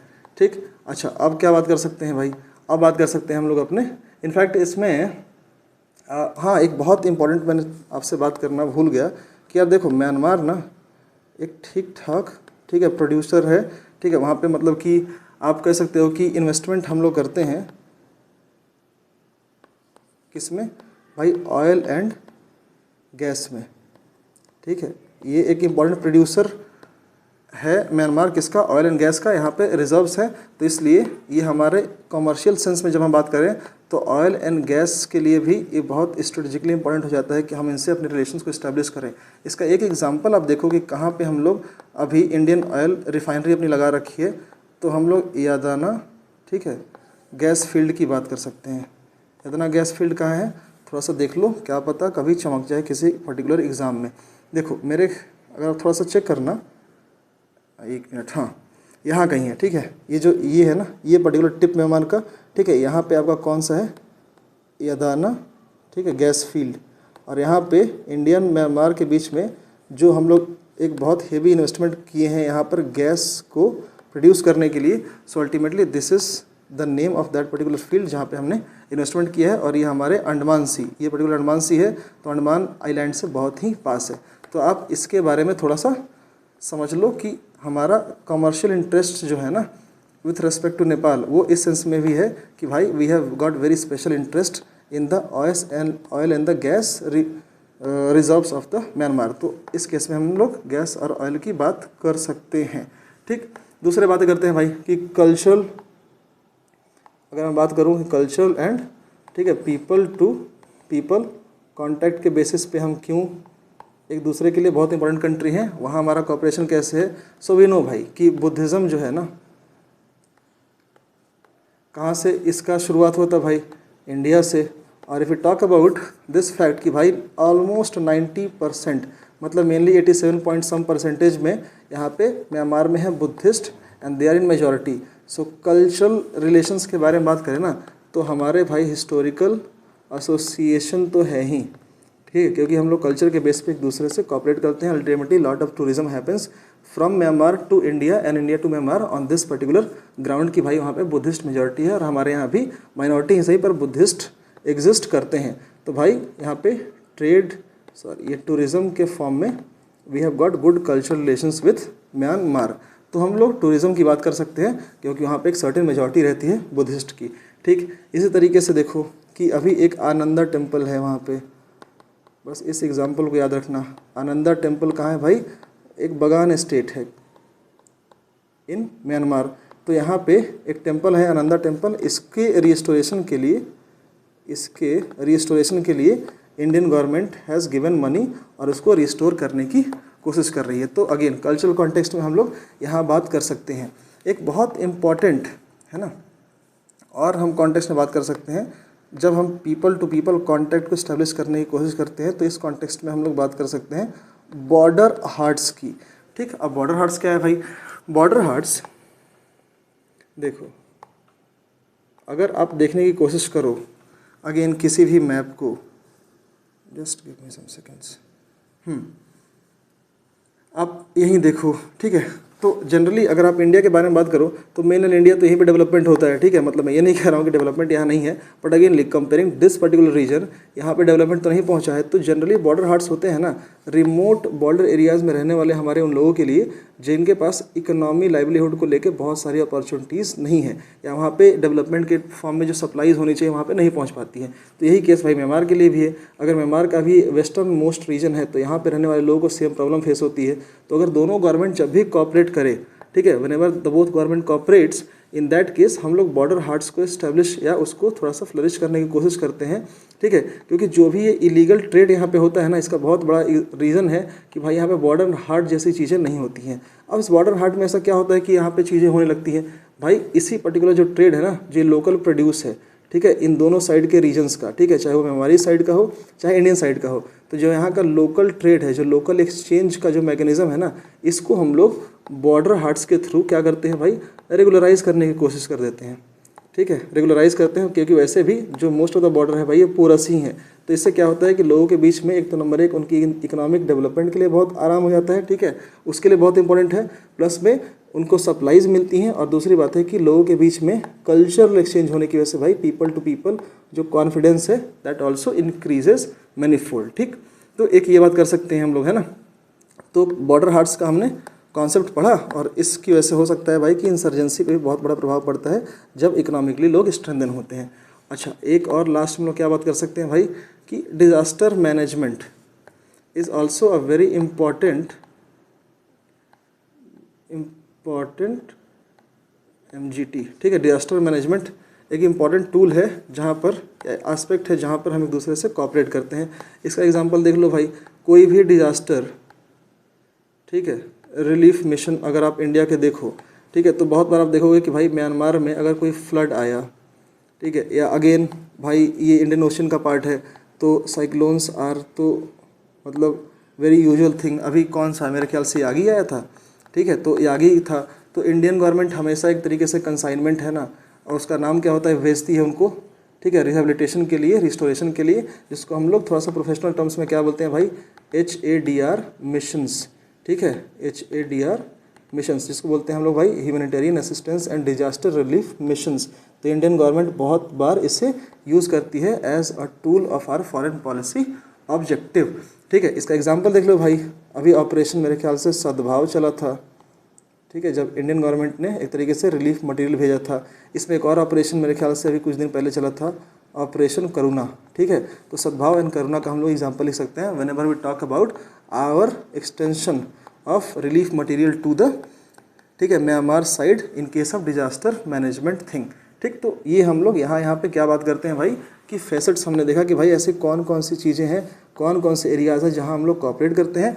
एंड अल्टीमेटली हमने क्या क्या देखा एग्जांपल, हमने देखा भाई कि डेवलपमेंट साइड पे हम ये कुछ connectivity and infrastructure projects as a part of our act east policy, जहाँ पे हमने कालादान की बात की, हमने बात की Indo Myanmar Thailand trilateral highway की, हमने बात की इन दोनों की। Then we also saw the cooperation that we have in the form of defence sector, तो वहाँ हमने बात की कि इन सब सारी चीज़ों की किस तरीके से फाइट करना है मिलिटेंसी के खिलाफ, इंसर्जेंसी के खिलाफ, तो हम कॉपरेट करते हैं कैसे, इंटरऑपरेबिलिटी एंड ऑपरेशनल रेडीनेस के लिए हम दोनों ही कंट्रीज़ के बीच में हमारे पास एक तरीके से मान लो कि ऑपरेशंस होते हैं जहाँ पे हम लोग एक दूसरे से एक्सचेंज करते हैं अपने मिलिट्री आइडियाज़ को। देन वी टॉक्ड अबाउट भाई कमर्शियल रिलेशंस को लेके, तो हमने बात की किस तरीके से हमारा 5th लार्जेस्ट इकॉनमी है। And ultimately we talked about भाई कि ये इन्वेस्टमेंट हम लोग कर रहे हैं वहाँ पे ऑयल एंड गैस में, और हमने एक एग्जांपल देखा भाई यादाना गैस फील्ड की जो हमारे अंडमान एंड निकोबार आइलैंड से बहुत करीब है। ठीक, फिर हमने बात की भाई कल्चर के बारे में, पीपल टू पीपल कॉन्टैक्ट के बारे में एंड डिजास्टर मैनेजमेंट। तो ये हमारे फेसेट्स ऑफ म्यांमारीज रिलेशंस दिखे कि ऐसी ऐसी जगहों पे हम लोग एक दूसरे से कॉपरेट करते हैं। चलो अभी क्या तीसरा पॉइंट था भाई, है ना, 1 मिनट, हाँ, तो ये हो गया, इतनी बातें आगे समझ में। अब हम लोग बात करेंगे भाई कि मेजर इश्यूज़ क्या हैं। ठीक है, तो अगर मेरे पास स्टेबल म्यांमार है नहीं है तो भाई उसके कुछ इश्यूज़ भी होंगे, है ना, उससे कुछ और प्रॉब्लम आ रही होंगी, तो भाई उन इश्यूज़ के बारे में बात करते हैं। ऐसा तो है नहीं कि सारी चीज़ हंकी डोरी फॉर्म में है। ठीक है, कुछ ना कुछ तो इश्यूज़ होंगे किसी कंट्री से, specially when it is our neighbouring countries, और जहाँ पे चाइना जैसी किसी कंट्री का एक स्पेशल इन्फ्लुएंस हम लोग देखने को मिलता है। ठीक है, और जहाँ पे पॉलिटिकल टर्मोइल या पॉलिटिकल क्राइसिस मोर और लेस एक तरीके से कॉन्टिन्यूएशन फॉर्म में रहता है। तो भाई मेजर इश्यूज़ या एरिया ऑफ कंसर्न को देखते हैं when we are concerned about our relations with respect to Myanmar. तो चलो क्या भाई अपने इश्यूज़ को हम लोग यहाँ पे डिस्कस करेंगे। ठीक है, तो इश्यूज़ इन इंडो म्यांमार रिलेशनशिप। ठीक, बहुत तेज़ी से देखेंगे। ठीक, तो चलो इशू नंबर 1। ठीक, अब इशू नंबर 1 देखने के लिए भाई सबसे पहले मैं पॉइंट लिखूंगा कि भाई चाइना का influence, now it becomes very important point for us. ठीक है, चाइनाज इन्फ्लुएंस, ये हमारे लिए भाई इशू क्यों है ना, तो इसको थोड़ा सा हम इन डेप्थ देखने की कोशिश करते हैं। अगेन मैं बोल रहा हूँ, अगर आपको अच्छी अंडरस्टैंडिंग है तो रिटर्न में तो आप थोड़ा सा लिख लोगे भाई चाइना का इन्फ्लुएंस, 2-4 पॉइंट लिखा निकल गए, पर अगेन इंटरव्यू में आपके काम आएगा। ठीक है, तो चलो इसको हम लोग थोड़ा सा डीप में देखने की कोशिश करते हैं। अब अगर मैं बोलूँ कि भाई आपको एक पॉलिसी का नाम पता है क्या, जिसको हम लोग बोलते हैं भाई BRI, the belt and road initiative, इसका भाई ऑब्जेक्टिव क्या है। ठीक है, इसका ऑब्जेक्टिव है the commercial penetration of more और लेस इंटायर वर्ल्ड, है ना, through network of road and rail. आप देखो कि मेरे ख्याल से 2013 में, हाँ मेरे ख्याल से 2013 में जब ये BRI प्रोजेक्ट शुरू हुआ, उसके बाद से चाइना बहुत सारे कंट्रीज़ के साथ अपनी अंडरस्टैंडिंग बिल्ड करता है, एग्रीमेंट साइन करता है, सो दैट ठीक है बोथ कंट्रीज़, मतलब जिन कंट्रीज़ से सबको मिलता है वहाँ पे अपने रोड या रेलवे के नेटवर्क को बिछा सके एंड अल्टीमेटली अपने कमर्शियली उन कंट्रीज़ को पेनिट्रेट कर सके या कॉन्टिनेंट को प्लेट कर सके। अभी इटली मेरे ख्याल से ऐसी कंट्री है जिसने भी इससे अपने आप को बाहर भी कर दिया बेल्ट एंड रोड इनिशिएटिव से। ठीक है, तो अगर मुझे ये बात पता है तो मुझे एक और बात पता होनी चाहिए भाई कि BRI के थ्रू ही अगर आप म्यांमार में चाइनीज़ इंटरेस्ट को देखो, अभी मैं सिर्फ इकोनॉमिक पॉइंट ऑफ व्यू से बात कर रहा हूँ चाइना के। ठीक है, इकोनॉमिक पॉइंट ऑफ व्यू जो है ना, चाइना किस तरीके से पेनिट्रेट कर रहा है, तो अगर हम बोलूँ कि चाइनीज़ इंटरेस्ट को देखो इकोनॉमिक पॉइंट ऑफ व्यू से, तो अब देखो कि वहाँ पे एक चाइना, ठीक है, China Myanmar economic cooperation CMEC project है। ठीक है, under which project, under the aegis of this particular project, जिसको हम लोग बोलते हैं BRI। अब इसमें भाई काम क्या है, इसका काम ये है कि अल्टीमेटली अगर मैं आपको ये दिखाऊं कि China wants to pass through this particular southern China का जो प्रोविंस है ना, इसके थ्रू डायरेक्टली कहाँ एक्सेस करना चाहता है, ये हमारे इंडियन ओशियन को एक्सेस करना चाहता है। अब आप लोग थोड़ा सा ठीक से देख पा रहे हो तो ये देखो, ठीक है, इसके थ्रू दिस पर्टिकुलर प्रोजेक्ट के थ्रू ये डायरेक्टली इंडियन ओशन को एक्सेस करना चाह रहा है। अब इस कॉन्टेक्स्ट में याद रखना कि भाई हम लोग अंडमान निकोबार से ये पर्टिकुलर प्रोजेक्ट बहुत पास है, तो अब थोड़ा सा इसको देखने की कोशिश करते हैं कि लार्जली अगर ये क्या है भाई CMEC प्रोजेक्ट है, ये हमें पता है। अब CMEC प्रोजेक्ट में ये पर्टिकुलर इशू है। अब देखो इशू क्या है कि अभी हम लोग अगर पता है कि चाइना का जो 90% ऑफ जो ट्रेड है ना, 90% ऑफ जो मर्केंडाइज ट्रेड है या जो वाइट शिपमेंट है, वाइट शिपमेंट क्या होता है यार, कोई भी ऐसा कमर्शियल शिपमेंट, ठीक है, जो नॉन मिलिट्री नेचर है उसको हम लोग वाइट शिपमेंट बोलते हैं, ठीक है। तो कोई भी अगर मर्केंडाइज एक्सपोर्ट है या वाइट शिपमेंट है तो ये कौन सा पर्टिकुलर एक ट्रेडिशनल रूट फॉलो करता है, इट विल पास थ्रू, ठीक है, सदर्न चाइना से ये निकला और generally it will pass through the South China Sea and then it will enter through this route, following this route it will enter to this strait of Malacca and then it will go through this, but it will this particular route और ultimately यहाँ से आगे जाके ये आप यहाँ पे Red Sea and Red Sea it Suez canal and ultimately it will spread in different parts of the world, जहाँ से फिर ये अमेरिकाज की तरफ ही मूव करता है।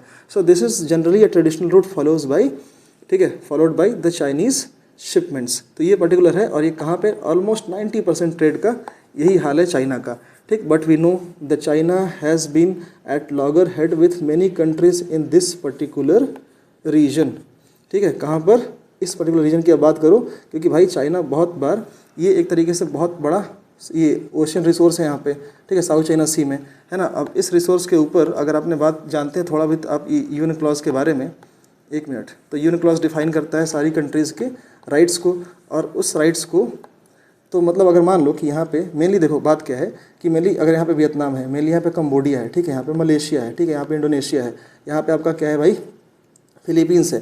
तो ऐसा तो है नहीं कि चाइना के सारे राइट्स हैं इसके अंदर, ठीक है, इनके भी राइट्स होते हैं। अब क्योंकि इन सारी कंट्रीज़ एक दूसरे के बगल हैं तो इनके राइट्स क्या करते हैं भाई, ओवरलैप करते हैं।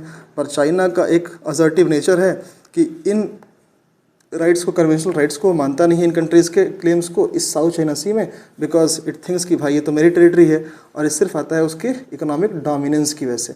तो कहीं ना कहीं इसके जो इस पर्टिकुलर मतलब कि इशू की वजह से जो इसका ट्रेड है, इसे पता है कि कभी ना कभी इसका थ्रेट तो होगा, इसके लिए थ्रेट तो होंगे ये सारी कंट्रीज़।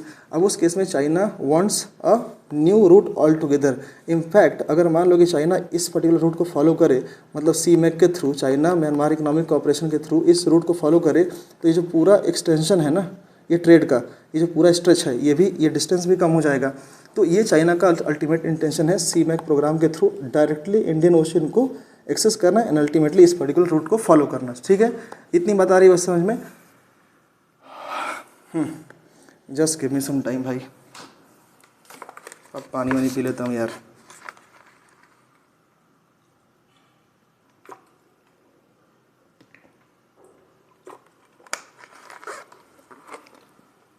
हाँ तो चलो भाई शुरू करते हैं मुकदमा चाइना का, ठीक है भाई, है ना। तो अगर मुझे पता है भाई कि ये पर्टिकुलर एक्सेस रूट करना चाहता है, अब ये भाई क्या है, global sea lanes of communication और इतनी बड़ी कोस्टल कंट्री, ये कंट्री इंडिया यहाँ पे है जिसका इतना बड़ा कोस्टल स्ट्रेच है। तो अगेन इस एसओलसीज के थ्रू कभी भी एक और बात याद रखना कि ये थ्रेट बन सकता है इंडिया जैसा कंट्री चाइना के किसी भी शिपमेंट के लिए, ठीक। इतनी बात हमें पता चल रही है, तो इसके थ्रू यहाँ पे एक्सेस करना चाहता है।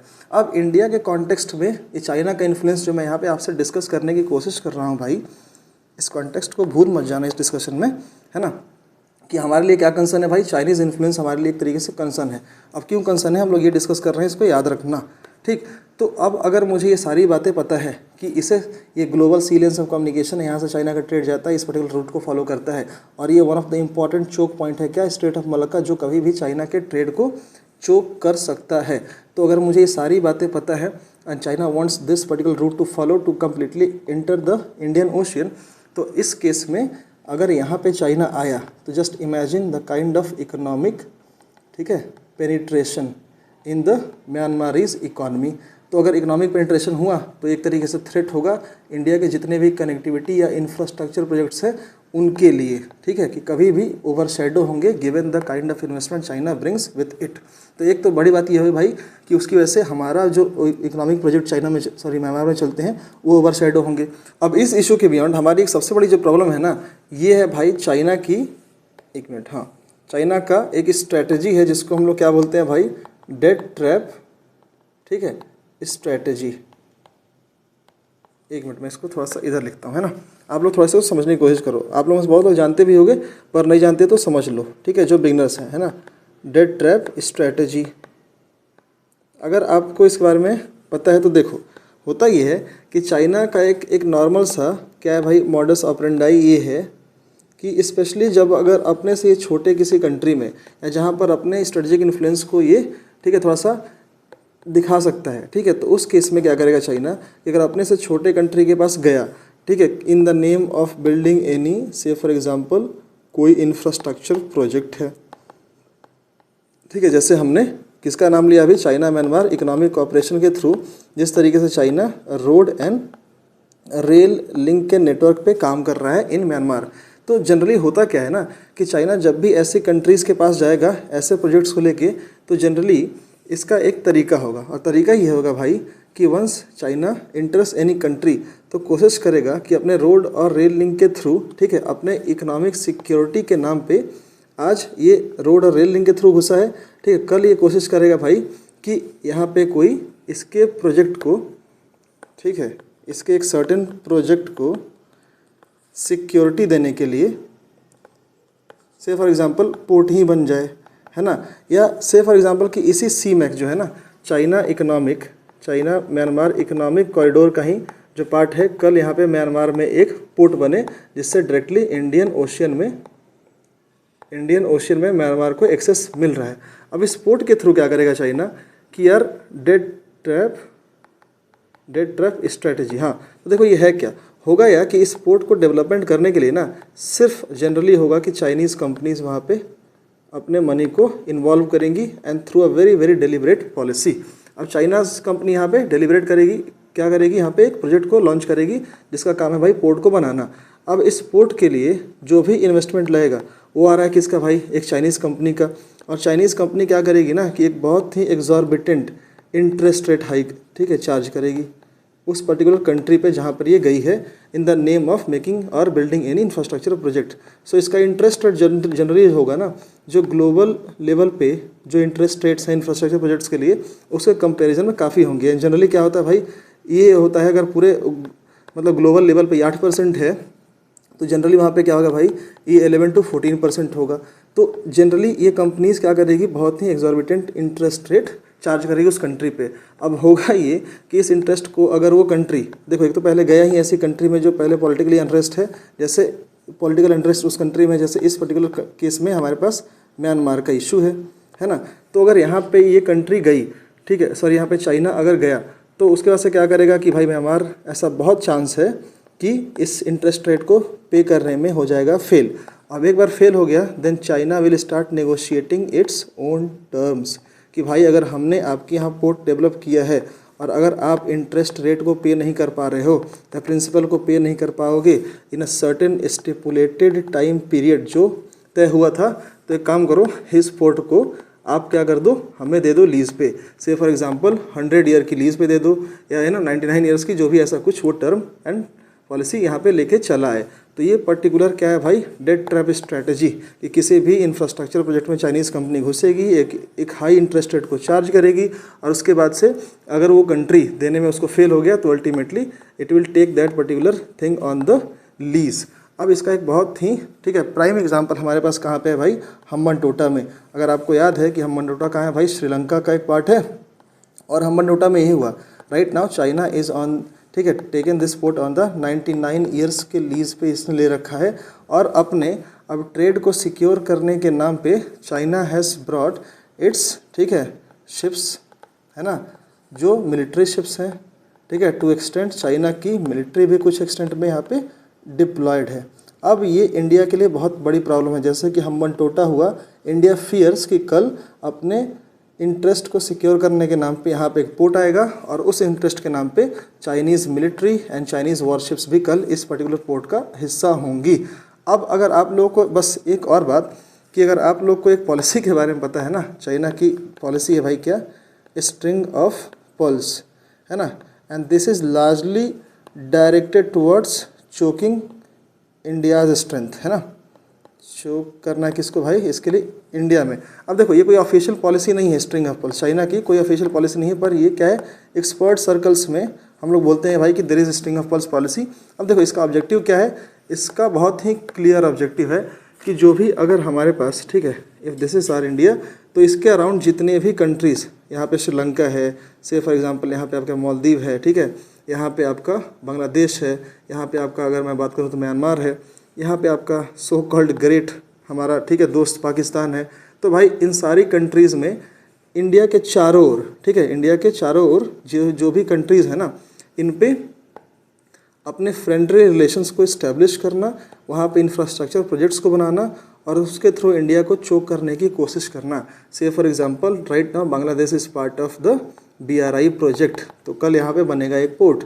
म्यांमार में मैं बात ही कर रहा हूँ आप लोगों से कि कल यहाँ पोर्ट बन सकता है। हमनटोटा का हाल हमने देखा, मालदीव्स का जो टिल्ट होता है, स्पेशली अब्दुल्ला यामीन की अगर गवर्नमेंट आ जाए, ठीक है, तो फिर आप देखते हो किस तरीके का टिल्ट होता है। And we have seen here in the form of there is a Gwadar port, again यहाँ पे Chinese military and Chinese warships तो रहती ही हैं। Now in that case any time अगर जो चाइना का ये ट्रेड है, इसके लिए कभी भी इंडिया कुछ प्रॉब्लम क्रिएट किया, so it's very important here for China कि भाई एक ऑफेंसिव लॉन्च करे और इंडिया की एबिलिटी को चोक कर दे, ठीक है। और ये पर्टिकुलर स्ट्रेटजी का नाम है क्या भाई, स्ट्रिंग ऑफ पर्ल्स, ठीक है, मोतियों की माला, जिसके थ्रू इंडिया को कभी भी स्ट्रेंगुलेट करने की कोशिश कर सकता है through these kind of the ports and it's military ships जो यहाँ पे स्टेशनड होती हैं।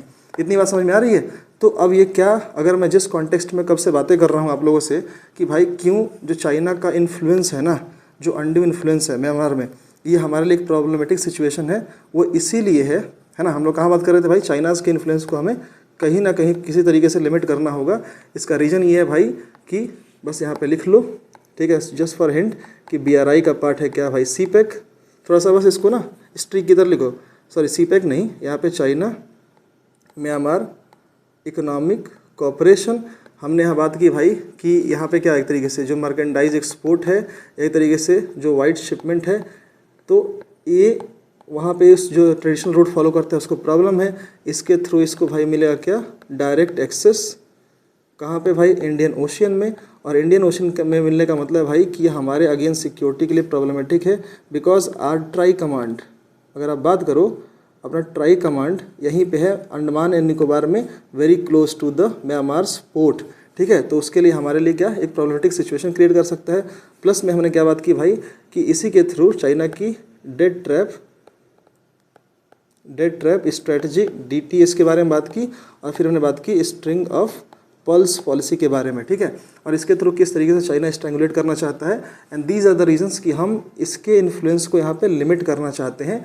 ये पर्टिकुलर रीजन है कि भाई चाइना का इन्फ्लुएंस अगर बहुत हुआ म्यांमार में तो हमारे लिए सिक्योरिटी सिचुएशन के लिए हमेशा एक प्रॉब्लमेटिक सिचुएशन होगी, ठीक है। प्लस में दूसरा देखो भाई कि क्यों चाइना का इन्फ्लुएंस है, ठीक है भाई। देखो कहीं भी आप न्यूज़पेपर में पढ़ो तो आपको एक चीज़ दिखेगा ना कि China has got a very strong relation with the Myanmarese, ठीक है, जुंटा गवर्नमेंट।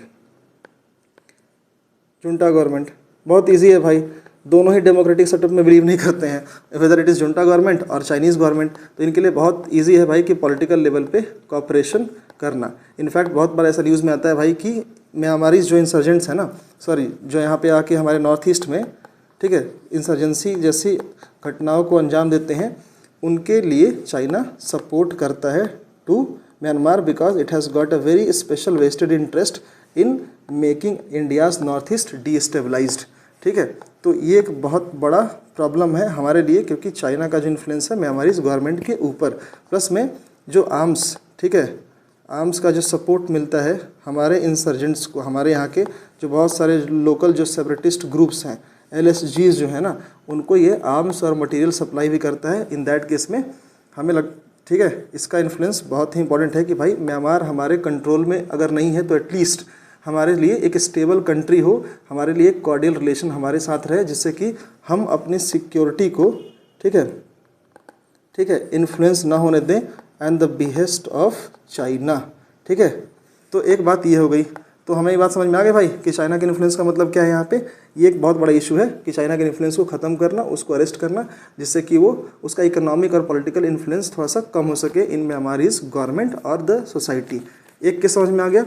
चलो दूसरे केस की बात करते हैं भाई कि और हमारे बीच में क्या प्रॉब्लम्स हैं, ठीक है, कौन से इश्यूज़ हैं, मेजर इश्यूज़ इंडिया और म्यांमार के बीच में। तो भाई दूसरा बहुत इंपॉर्टेंट है यार कि डिलेड इंफ्रास्ट्रक्चर प्रोजेक्ट्स,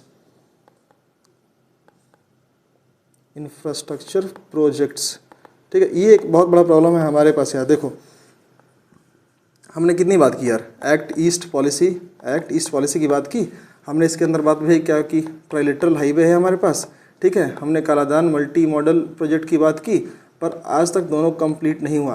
देखो ठीक है, रीजन यहाँ पे है कि 2021 में जब व्हेन वी आर मेकिंग ठीक है strides in completing these projects, तो उस समय ठीक है गवर्नमेंट थी जो एक डेमोक्रेटिक सेटअप की गवर्नमेंट थी आंग सान सू की, तो इट वाज कोऑपरेटिंग। अगेन यहाँ पे थोड़ी प्रॉब्लम हुई।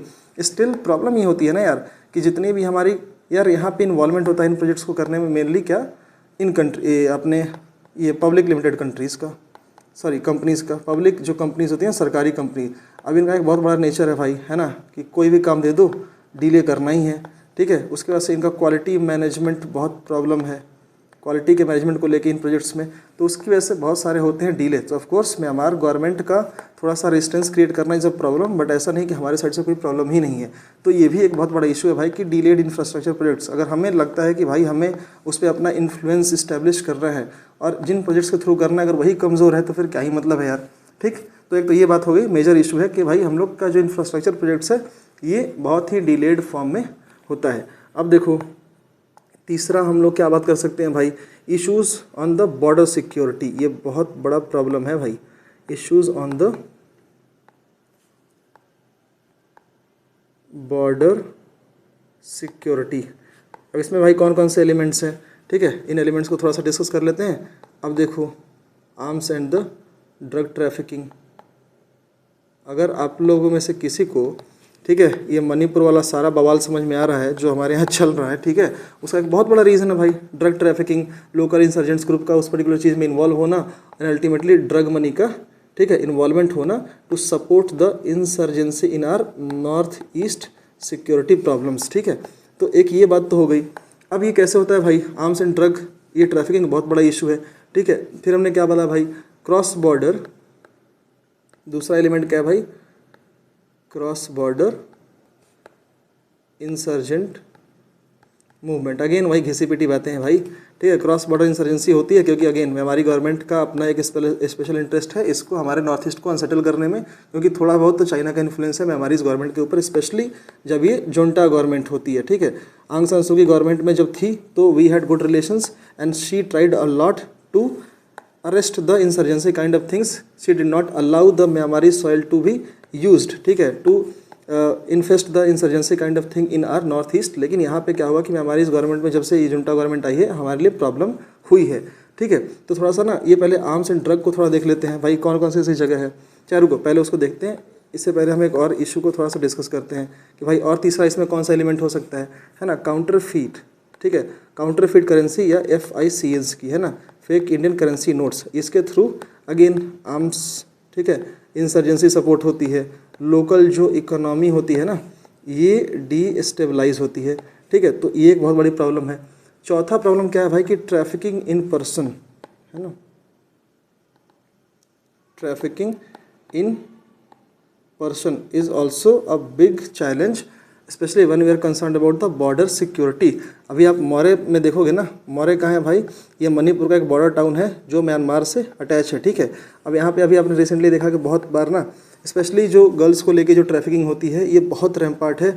जो कौन सा रूट फॉलो करते हैं ultimately they will go to Myanmar and South East Asia and बहुत सारी इलीगल इलिसिट एक्टिविटीज़ में इनका इन्वॉल्वमेंट होता है। तो ड्रग ट्रैफिकिंग बहुत इंपॉर्टेंट हो जाता है, सॉरी ये जो ट्रैफिकिंग इन पर्सन है ना ये बहुत एक इंपॉर्टेंट इशू है बॉर्डर सिक्योरिटी को लेके, क्योंकि स्पेशली जब हमारे पास इतनी टाइज है ना अलॉन्ग द बॉर्डर्स, तो उसमें गवर्नमेंट के लिए या सिक्योरिटी फोर्सेस के लिए ट्रैक करना कि भाई ये किस पर्टिकुलर इशू के लिए या किस पर्टिकुलर पर्पज़ से ये लोग मतलब बॉर्डर पार कर रहे हैं, ये बहुत बड़ा चैलेंज है। तो ट्रैफिकिंग इन पर्सन जो है ये भी एक बॉर्डर सिक्योरिटी को लेके एक बहुत बड़ा चैलेंज हम लोग फेस करते हैं between the Indo Myanmar relations. तो ये बात समझ में आ गई। तीसरी बात क्या है यार कि अगर ये मुझे इस बारे मतलब ये बातें समझ में आ रही हैं तो थोड़ा सा ड्रग ट्रैफिकिंग वाला इशू देख लेते हैं एक बार और मतलब मैप के थ्रू। और क्या देख सकते हैं भाई, आर्म्स इंसर्जेंसी बर्ड, हाँ। तो चलो ड्रग ट्रैफिकिंग भाई कहाँ से होती है और ये क्रॉस बॉर्डर इंसर्जेंसी क्यों होती है। तो आप देखो कि ये चाइना का जो सपोर्ट है ना ड्रग ट्रैफिकिंग, ये वाला थोड़ा सा आप देख सकते हो। अगर आप सबको पता है ये बात कि भाई देखो ये है आपका गोल्डन ट्रायंगल। अगर आपको ये पता है ना कि अगर पूरे वर्ल्ड में जो दो मोस्ट इंपॉर्टेंट ब्रीडिंग ग्राउंड्स हैं ना ड्रग ट्रेड को फ्लरिश करने के, तो एक आपका होता है गोल्डन क्रेसेंट जिसमें ईरान, अफगानिस्तान एंड ये वाला पोर्शन इन्वॉल्व है। और जो हमारे नॉर्थ ईस्ट में बहुत बड़ा प्रॉब्लम है ना वो इस पर्टिकुलर जगह की वजह से है जिसको हम लोग बोलते हैं गोल्डन ट्रायंगल। अब ये गोल्डन ट्रायंगल कहाँ है भाई, अगर आप थोड़ा सा जाके मैप को देखो तो ये है पर्टिकुलर गोल्डन ट्रायंगल कि ये नॉर्थ ईस्ट, ठीक है, ये central Myanmar, north west Laos और ये नॉर्दर्न दिस पर्टिकुलर थाईलैंड। अब ये आप इसको बात करोगे ना तो ये ट्रेडिशनली एक ओपीएम ट्रेड का बहुत बड़ा रहा है सेंटर, और आज भी चाहे जितना भी आप कोशिश कर लो इस मीनास को अरेस्ट करने की, ये प्रॉब्लम यहाँ पे है ही। तो ये है पर्टिकुलर गोल्डन ट्रायंगल, जिसकी वजह से अल्टीमेटली क्या होता है कि यहाँ से ड्रग कहाँ इन्वेस्ट होता है, ये जाता है हमारे नॉर्थ ईस्टर्न पार्ट्स में, और ड्रग मनी हमारे इंसर्जेंसी में होती है इन्वॉल्व। तो ये एक बहुत बड़ा चैलेंज है जब हम बात करते हैं इसकी।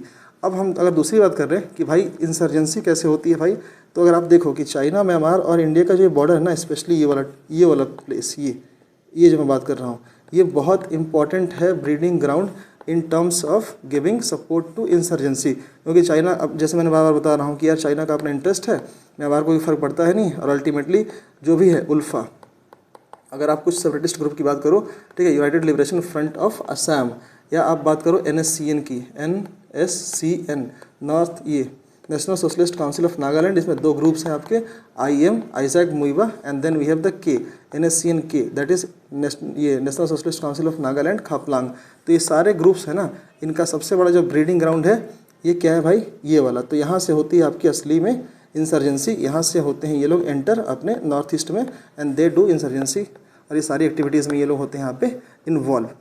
ठीक, तो मुझे ये बातें पता चल गई। तो हम लोग क्या डिस्कस कर रहे थे भाई कि कौन से इश्यूज़ हैं। अब इश्यूज़ में हमने तीसरी बात क्या की थी भाई कि issues on the border security. तो हमने बात की भाई कुछ इंपॉर्टेंट इश्यूज़ की, जिसमें हमने बात की भाई ड्रग ट्रैफिकिंग का एक इशू है, क्रॉस बॉर्डर इंसर्जेंसी का इशू है, जहाँ पे म्यांमार के सॉइल को यूज़ करते हैं हम लोग, मतलब ये इंसर्जेंट्स यूज़ करते हैं to carry out the insurgent activities in our country. Then FICN, ये बहुत बड़ा प्रॉब्लम है, एंड ट्रैफिकिंग इन पर्सन भी बहुत बड़ा प्रॉब्लम है। चलो बस जल्दी से इसको ख़त्म करते हैं भाई कि फोर्थ क्या है ना। फोर्थ है हमारा इलीगल रिफ्यूजी क्राइसिस। ठीक, अब ये 2 इश्यूज़ के, ठीक है, अब इसमें 2 मेन मुद्दे हैं भाई। ठीक है, देखो 2 हैं। एक तो म्यांमार में जो भी पॉलिटिकल क्राइसिस है, ठीक है, इसकी वजह से अब बहुत बार आप देखोगे ना कि म्यांमार की कंडीशन कुछ इस तरीके से है भाई, क्यों ये हमारे बीच में प्रॉब्लम बना है इंडो म्यांमार के बीच में, कि भाई देखो म्यांमार में अभी क्या है भाई, म्यांमार में अभी हमारी है जुंटा गवर्नमेंट। ठीक है, जुंटा गवर्नमेंट क्लेम करती है कि भाई एक सर्टेन पार्ट ऑफ सेंट्रल में, अगर ये म्यांमार है तो सेंट्रल पार्ट को ये क्लेम करते हैं। Again there are pro democracy forces जो हमारे इंडियन बॉर्डर से, अगर यहाँ पे इंडिया है तो इंडियन बॉर्डर्स के बगल में थोड़े से प्रो डेमोक्रेसी फोर्सेस हैं, और अलग अलग इंसर्जेंट्स ग्रुप हैं जो म्यांमार के अलग अलग पोर्शन को कैप्चर कर रखा है। अभी ये पॉलिटिकल सिचुएशन है। अब अगर जुंटा गवर्नमेंट है और इसको अपने इन्फ्लुएंस को कैप्चर करना किए रहना है, तो अल्टीमेटली जो प्रो डेमोक्रेसी फोर्सेस हैं, जो रिसेंटली जो न्यू ये नेशनल डेमोक्रेटिक फ्रंट जो की गवर्नमेंट थी ना, उसके मेनली ये लोग सपोर्टर्स हैं जो इंडिया बॉर्डर के पास रहते हैं ना। और रिसेंटली क्या हुआ था 2-3 महीने पहले कि यार उन्होंने म्यांमारीज आर्मी ने एयर स्ट्राइक किया इन लोग के ऊपर। रिजल्ट फॉल आउट इन सब चीज़ों का ये होता है भाई कि अल्टीमेटली जिनके ऊपर एयर स्ट्राइक हुआ they will start coming to the Indian mainland. और इंडियन मेन लैंड में आने का रीज़न है भाई कि अगेन हमारे पास क्या होती है भाई, रिफ्यूजी क्राइसिस। ठीक है, एक तो ये पोर्शन हो गया। दूसरी बात ये है भाई कि रिफ्यूजी क्राइसिस दूसरी कैसे होती है, ये देख लो एक बार। ठीक है, चलो इसको देख लो, रखाइन स्टेट, हाँ इसकी बात करते हैं थोड़ा सा। ठीक, अब ये देखो, ये आपको रखीन स्टेट पता है, अगर आपको याद है कि 2011 में अगर ये आपने पढ़ा है तो ठीक है, 2011 में पहली बार, ठीक है, जो यहाँ की बुद्धिस्ट मेजॉरिटी है ना, बुद्धिस्ट मेजॉरिटी और जो मुस्लिम माइनॉरिटीज़ हैं उनके बीच में, ठीक है, राइट्स को लेके, पॉलिटिकल राइट्स को लेके थोड़े से कॉन्फ्लिक्ट हुए, और फिर ये धीरे धीरे क्या हुआ, रोल ओवर होते होते एक बहुत बड़े कॉन्फ्लिक्ट में टर्न हो गया। अब इस कॉन्फ्लिक्ट का रिजल्ट ये हुआ कि it was I think in 2018, है ना, जब एक बहुत बड़ा इन दोनों के बीच में क्या हुआ प्रॉब्लम, दोनों मतलब कि इथनिक कम्युनिटीज़ के बीच में, मतलब between Buddhists and the Muslim minority. ठीक है, और इसका रिजल्ट ये हुआ कि ये जो मुस्लिम माइनॉरिटीज़ रखीन स्टेट में रहती थी, कहाँ, म्यांमार के, ये यहाँ से निकलना हुए शुरू। एंड आफ्टर, ठीक है, रीचिंग चिट्टागोंग, जो यहाँ पे कहाँ पे है, बांग्लादेश में, they took this route and ultimately started entering our north east parts of our country. अब देखो नॉर्थ ईस्ट जितना सेंसिटिव है अपने एथनिक आइडेंटिटी को लेके, ठीक है। आपको पता है कि जितनी भी सारी इंसर्जेंसी लार्जली होती है, ठीक है, उसका एक बहुत बड़ा इंटरनल रीजन है कि भाई कि एथनिक लॉयल्टी बहुत ज़्यादा है। अब उस केस में जहाँ पर एथनिसिटी को लेके इतनी बड़ी मार है ना, अगर यहाँ पे कोई अलग से कोई ग्रुप पहुँच जाए तो again it is threat to their, है ना, डेमोग्राफी। तो जो डेमोग्राफिक के जो कैरेक्टरिस्टिक्स है ना, उनके लिए थ्रेट बन गए। प्लस में अगेन दे आर प्रेशर, ठीक है, on the economic resources on our north East. तो ये अगेन प्रॉब्लम हो गई। तो अगेन हम रोहिंग्या क्राइसिस को फेस कर रहे हैं।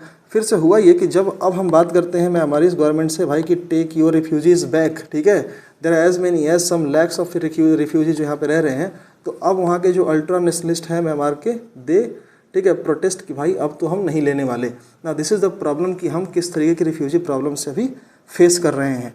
ठीक, तो अगर मैं यहाँ पे बात कर रहा था,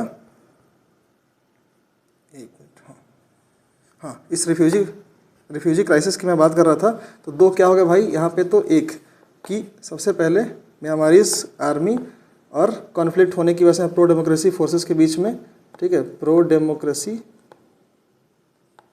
फोर्सेस के बीच में जो प्रॉब्लम्स है उसकी वजह से यहाँ पे क्या हुआ, हमारे यहाँ रिफ्यूजी आए।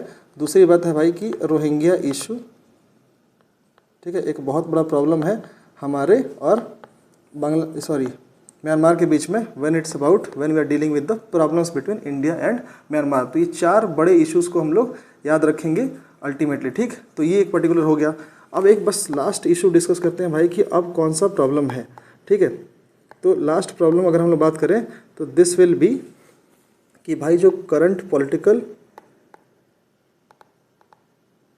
टर्मोइल है ना, टर्मोइल और अपहीवल है, ठीक है, इसको ये भी बहुत बड़ा प्रॉब्लम है। अब सिंपल बात है यार, इसमें क्या ही एक्सप्लेन करना है, लेकिन चलो फिर भी, है ना, कि अगर हमारे बगल में अगर कोई, चलो ठीक है, कोई नेबरहुड कंट्री है ना, और वो ऐसी कंट्री है जिसके बगल में चाइना जैसा कोई एडवर्सरी है ना, और वहाँ पे कोई पॉलिटिकल क्राइसिस आ गई, जहाँ पे उस पॉलिटिकल क्राइसिस की वजह से जिसका गवर्नमेंट का नेचर है दैट हैज़ बिकम वीक। अब इस वीकनेस का एक बहुत बड़ा रिजल्ट होगा that it is very much vulnerable, है ना, म्यांमारीज गवर्नमेंट की एक दिन चाइना के क्लचेज़ में चला जाए, है ना, and China started intervening in the regional affairs. और रीजनल अफेयर्स का मतलब क्या है, कहीं ना कहीं उससे इंडिया इन्फ्लुएंस होगा। सो हमेशा एक वीक जो म्यांमार होगा ना इस पॉलिटिकल क्राइसिस की वजह से, ये हमेशा इंडियन सिक्योरिटी के लिए और इंडियन इंटरेस्ट के लिए हमेशा एक प्रॉब्लमेटिक सिचुएशन क्रिएट करेगा।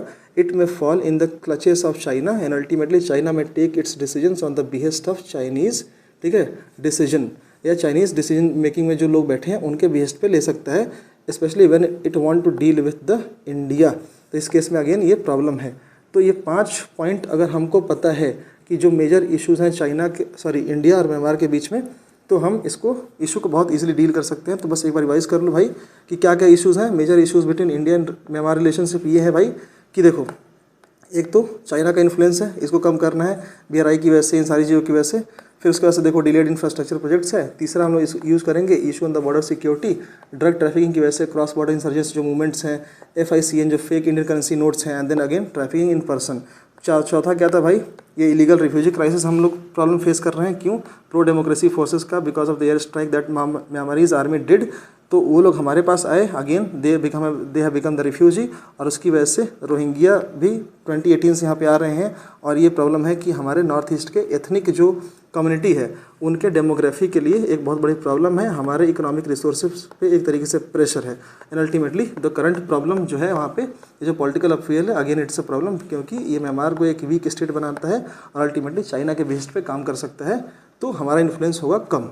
ये 5 पॉइंट हो गया। बस अब लास्ट डिस्कस करने वाले हम लोग क्या भाई, वे फॉरवर्ड। चलो भाई, वे फॉरवर्ड क्या है भाई, ठीक है, सारी प्रॉब्लम, सारा इशू सब खत्म हो गया, ठीक है।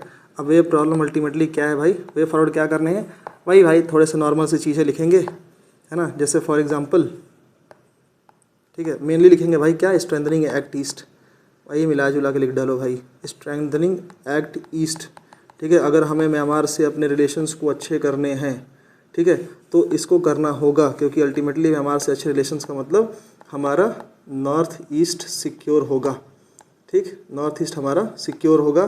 प्लस में म्यांमार का फ्लरिश होने का मतलब है कि भाई हमारी पॉलिसी जैसे एक्ट ईस्ट है, हमारा आसियान के साथ जो हम लोग इकोनॉमिकली इंटीग्रेट करने की कोशिश कर रहे हैं अपने आप को, है ना, जो इकोनॉमिक इंटीग्रेशन की कोशिश कर रहे हैं, that will be very much successful and ultimately पूरे रीजन का ग्रोथ, ठीक है, इंश्योर हो सकता है। तो strengthening act east would be one of the, ठीक है, वे फॉरवर्ड जो हम लोग यहाँ पे लिख सकते हैं। ठीक, दूसरी बात क्या करेंगे भाई, है ना, कि हम लोग लिख सकते हैं भाई कि track two diplomacy, track two diplomacy, again it's a very important term, ठीक है, या इसको हम लोग क्या बोल सकते हैं भाई, डुअल ट्रैक डिप्लोमेसी भी बोल सकते हैं। ठीक है, डिप्लोमेसी भाई क्या मतलब होता है इसका, ठीक है, देखो जनरली होता क्या है कि भाई अगर मान लो कि दो डेमोक्रेसीज़ हैं, इनके बीच में दो गवर्नमेंट्स हैं, अगर ये दोनों गवर्नमेंट्स एक दूसरे से अपने रिलेशंस को, अपने बॉन्ड्स को शेयर कर रहा है, इफ़ इट इज़, ठीक है, cooperating with each other, both countries are cooperating with each other on different issues, ठीक है, ऑफिशियल फॉर्म में, कब कर कोऑपरेट कर रहे हैं, ऑफिशियल फॉर्म में, क्योंकि दोनों जगह एक डेमोक्रेसी है, तब तो भाई ऑल हंकी डोरी, ठीक है, अच्छा कोऑपरेशन चल रहा है, that is called the track one diplomacy. लेकिन अगर हमें पता है भाई कि इंडिया में एक डेमोक्रेटिक सेटअप है और म्यांमार में, ठीक है, एक मिलिट्री सेटअप है, आ रही बात समझ में, अगर मिलिट्री सेटअप है तो क्या हम वर्ल्ड को दिखा के ये बात कर सकते हैं कि चल भाई तू ऑटोक्रेटिक ही सही, तेरे से बात करूंगा मैं, नहीं कर सकते भाई, ठीक है, पॉलिटिकली करेक्ट नहीं होगा। उस केस में इनफॉर्मली, ठीक है, जो भी इनफॉर्मल डिस्कशंस होते हैं ना, एक मिनट, डिस्कशंस होते हैं बिटवीन इंडिविजुअल्स, है ना, या गवर्नमेंट ऑफिशियल्स या और लोगों के बीच में, इसको हम लोग क्या बोलते हैं भाई, track two diplomacy, because it is need of our. हम ये नहीं कह सकते कि चल भाई तूने हटा दिया अपनी, ठीक है, स्टेट काउंसलर आंग सान सू की को, जो डेमोक्रेटिक सेटअप में बिलीव करती थी, तो हम तेरे को छोड़ देंगे, नहीं करेंगे भाई। रीज़न इज़ वेरी सिंपल, क्योंकि भाई उनकी वजह से हमारी सिक्योरिटी इंश्योर होगी, हमारे नेबरहुड्स हैं, ठीक है, हमें अपनी एक्ट ईस्ट पॉलिसी को भी ध्यान देना है, हमने अपने आप को इकोनॉमिकली इंटीग्रेट भी करना है, हमें अपने नॉर्थ ईस्टर्न रीजन के डेवलपमेंट के बारे में भी सोचना है, और जितने प्रोजेक्ट्स हैं उसको हम लोग को सक्सेसफुल भी करना है। तो in that case track two diplomacy का हम लोग साथ लेंगे। आगे बात समझ में। तीसरी बात थोड़ा सा वही मलाई लगाने वाली बात है भाई, ठीक है, कि लेवरेजिंग, है ना, कल्चरल लिंकेजेस, ठीक है, इसका मतलब क्या है भाई, अगेन वही है ना, बुद्धिस्ट मेजॉरिटी है हमारे पास, उनके पास है, हमारे पास भी एक तरीके से माइनॉरिटी है, यहीं से है, तो वी कैन, ठीक है, बूस्ट आर टूरिज़्म, है ना, हम एकेडमिक्स पे वर्क कर सकते हैं, ठीक है, जो कॉमन एकेडमिक्स हैं वहाँ वर्क कर सकते हैं। टूरिज़्म कैसे बढ़ा सकते हैं भाई, है ना, बुद्धिस्ट सर्किट्स को देखा जानते हो आप लोग, अगर आप न्यूज़ में पढ़ते हो तो बुद्धिस्ट सर्किट का फॉर्म करके वी कैन लेयर द, ठीक है, Myanmarese people to come to our country and get influenced by our culture also.